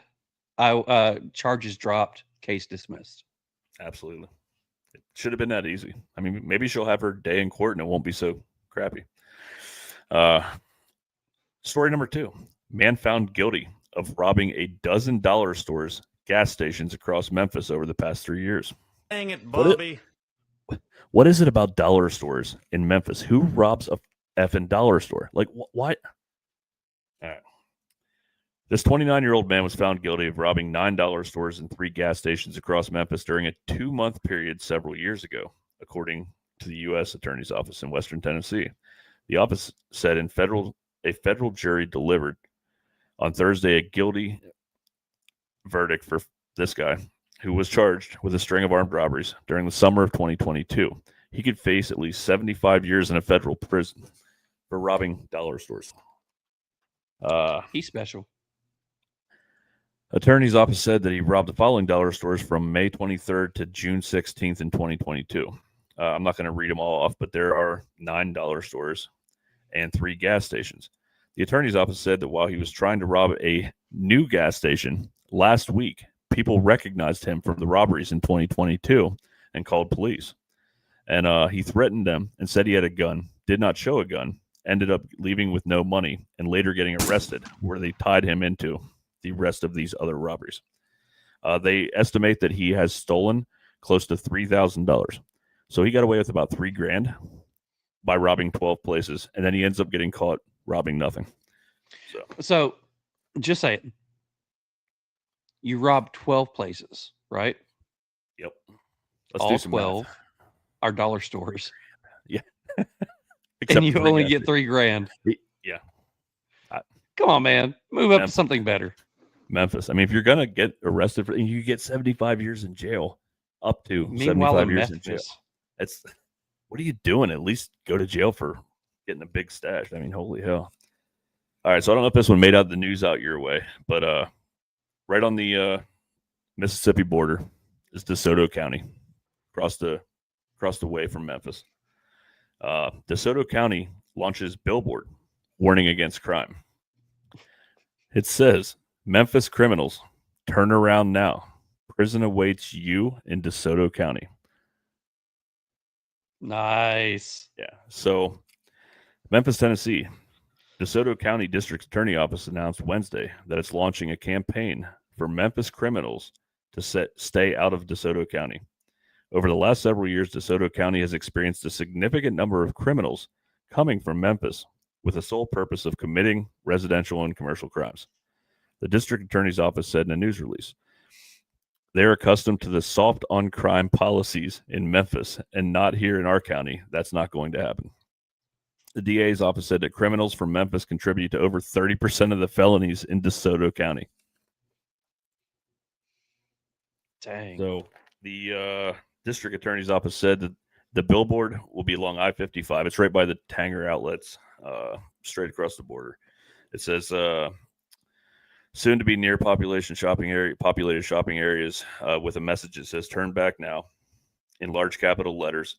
And above that, it will say Memphis criminals. Underneath it, it will say prison awaits you. There's one more good part here. Can you do me a favor and go get your picture taken in front of that? I can make that happen. Yeah, absolutely. It says, if you are caught dealing drugs, your car will be seized, impounded, and sold, and the proceeds will be used to purchase more ads warning other criminals like you to stay the hell out of our county, said DeSoto County's District Attorney Matthew Barton. The office also said the campaign will appear in large digital displays targeting online platforms throughout DeSoto County, and no taxpayer dollars will be used for the campaign. So, yeah, DeSoto County apparently has had enough people coming over and doing dumb shit, is what it comes It reminds down. me of the sheriff out in Florida that is pretty much blunt. Yeah, he's great. He is great. So, awesome. Love it. But meanwhile in Memphis. That's right. Dude in a Speedo fighting a hurricane. Grandma on a scooter chasing a freight train. Meth lab in a swamp shack lit up like a star. Mick just mutters, man, what hell's my car? Meanwhile in Florida, the wild runs free. A carnival of chaos by the sea. Meanwhile in Florida, it's a freak parade. Mick's just here watching the escapade. Sorry. Great So good, man. transition. So good. From the sheriff from Florida to meanwhile in Florida. So, anyways, before we end, one, great job, Northern Cigars. Loved it. Amazing. Our score shows it. I know you probably don't care too much about what two hillbillies from Tennessee say about your cigars, but we enjoyed them. Great cigars. But can we talk about the absolute craziness over the next 7 days that we're about to go through? Yeah, part of it's on me, part of it's on you. We're doing which we mentioned earlier. We're doing a Saturday episode to help out the Cigar Army. Hopefully, help them give back and really bring their their raffle and their event to the forefront. Give them a platform to do that on. We're proud to do that, and I'm glad you did that. But we're giving up a little bit of our Saturday, and we're happy to do so. And then next week, the early one, we're doing a double episode next Thursday. And the first one is my fault completely because at the Middle Tennessee Herp, I'm like, hey, by the way, good news or bad news? So I'm excited though, man. Thursday, go ahead, man. I'll let you give the big Thursday reveal since I'm the one that screwed you into Thursday at 2:00, we do have former World's Strongest Man, Eddie Hall, going to be on the podcast. He's not doing hardly any interviews at all. He's not doing here, but he was willing to jump on with us. So we do have Eddie Hall coming on here. If you haven't been watching any of his TikToks or any of his Instagram stuff, they're freaking hilarious. Oh yeah. I mean, they are so good. But he is branched off into so many different things. Everything from he's in the mixed martial arts world to boxing to still lifting weights. But, and his kid's now a monster like him. It's ridiculous. Yeah, it's so crazy. Ridiculous. So at 2:00, the funny thing is I will go to work. I'll drop the kid off at school. 7:00 that morning, I'll go into work. I'll get morning work done. I will come back to the house, set up, do the podcast, jump off the podcast, run back to work to get work done, leave work a little bit early just to get back on for phase 2. We do have Ancestry Cigars going to be on normal time, 8:00 Eastern. It's going to be a busy. And not to rub this in, but I'll probably get a middle finger from Charles on this. I just took off Thursday. I'm like, I'm just staying home. So yeah, I knew I would, but he does not have that luxury being self-employed. I know. So I do apologize for, but how do you say no to having Eddie Hall on the show? He gave me a time and a date, and I said we're doing it, and I'll take a punch from you later. It'll be fun. Yeah. So I'm excited about that one. It's going to be good. Here's my only problem. Good. It could be a podcast that could go on forever because there are so many questions I have. There's so many avenues because there are there's people in my industry that I do in my private life that he has got involved with. Yeah. I have so many questions I want to ask about that. I want to ask about, the whole growing up. I've watched documentaries on him years ago. I have 1,000 questions. The actual competition, but I don't the tanks, have the family, everything. I don't have the time to ask them all. I know. So it's like talking. It's like talking. It's going to be like talking to Pete Johnson again. I know. There's not going to be enough time. Yeah. But we'll get through it. And then we'll come back for Ancestry Cigars. That'll be a fun episode as well. So you guys are going to get, in 7 days, you're going to get 3 different events from us. It's the biggest week that we probably have had since we started. I mean, I know we're young, but it's the biggest week that we've had. To ask you guys to be a part of it, that's a big, big deal. I would ask, if you can't jump on early and watch the 2:00 show with Eddie Hall, go jump on and watch it in replay. Yeah. Go jump on that one. Join us this weekend for the Cigar Army Toys for Tots raffle. That's going to be really good. And then, of course, come join us for Ancestry at normal time. Ask questions, do all the things that you guys normally do. So, love it. Yeah, I'm looking forward to it. It's going to be a busy week, but man, loving every bit of it. What is that? 1 day left. Yeah, $5 Toys for Tots raffle tickets. Get your tickets today. Just go buy a handful and then join us on Saturday and see if you win something. Be great. Hey, we do have some. You can possibly win some stuff from Real Smoke on there as well. You can.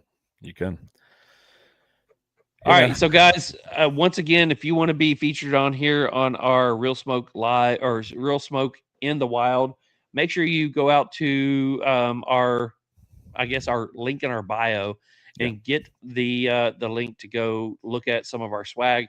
Go check out all the shirts that we've got on there. There's something for everyone. Get one of those shirts, take a picture, post it on Instagram, tag us in it. Let us be able to share that picture on here, and we will do that one. But I guess we are done. I'll let you go ahead and end the thing. Yeah, man. As always, a great night, man. Yeah, it was one of those episodes I didn't know where it was going to go, and I feel like we gave them a good platform tonight to talk about their brand, and it's great coffee, and I enjoyed every one of their blends that I've had. So definitely give them a look, check them out. Drifting Drams, they're just great people trying to do the right thing and enjoy the craft, and that's what we're all about. So I hope you guys enjoyed the show as well. Take time this week, smoke a great cigar with someone you love, and we will see you guys next week.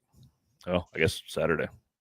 See you Saturday. So huge thanks to Northern Cigars for the cigars. Great job on the blend that you guys put out. Love Drifting Drams. Look forward to working with you here, hopefully in the future. End of third quarter, Falcons 14, Bucks 20. We're going to lose. So hope everybody has a wonderful night. Let us know what you thought about the episode. We would appreciate it. We will see you guys Saturday. Peace. The smoke is thick, the air is tight, cigars are lit, oh what a sight. Pour the whiskey, tequila too, this one for Mick and Charles and you. Thank you for tuning in. The Real Smoke Podcast makes us so grin. You light us up, you keep us strong. Cheers to you, we raise the song.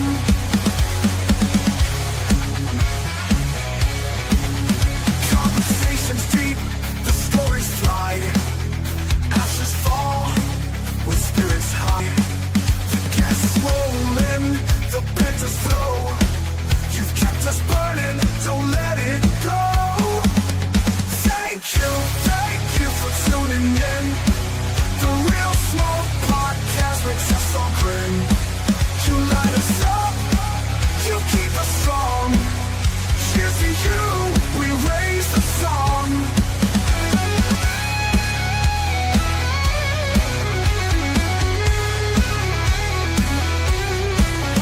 From the puff of a flame to the end of the night, you're part of the glow.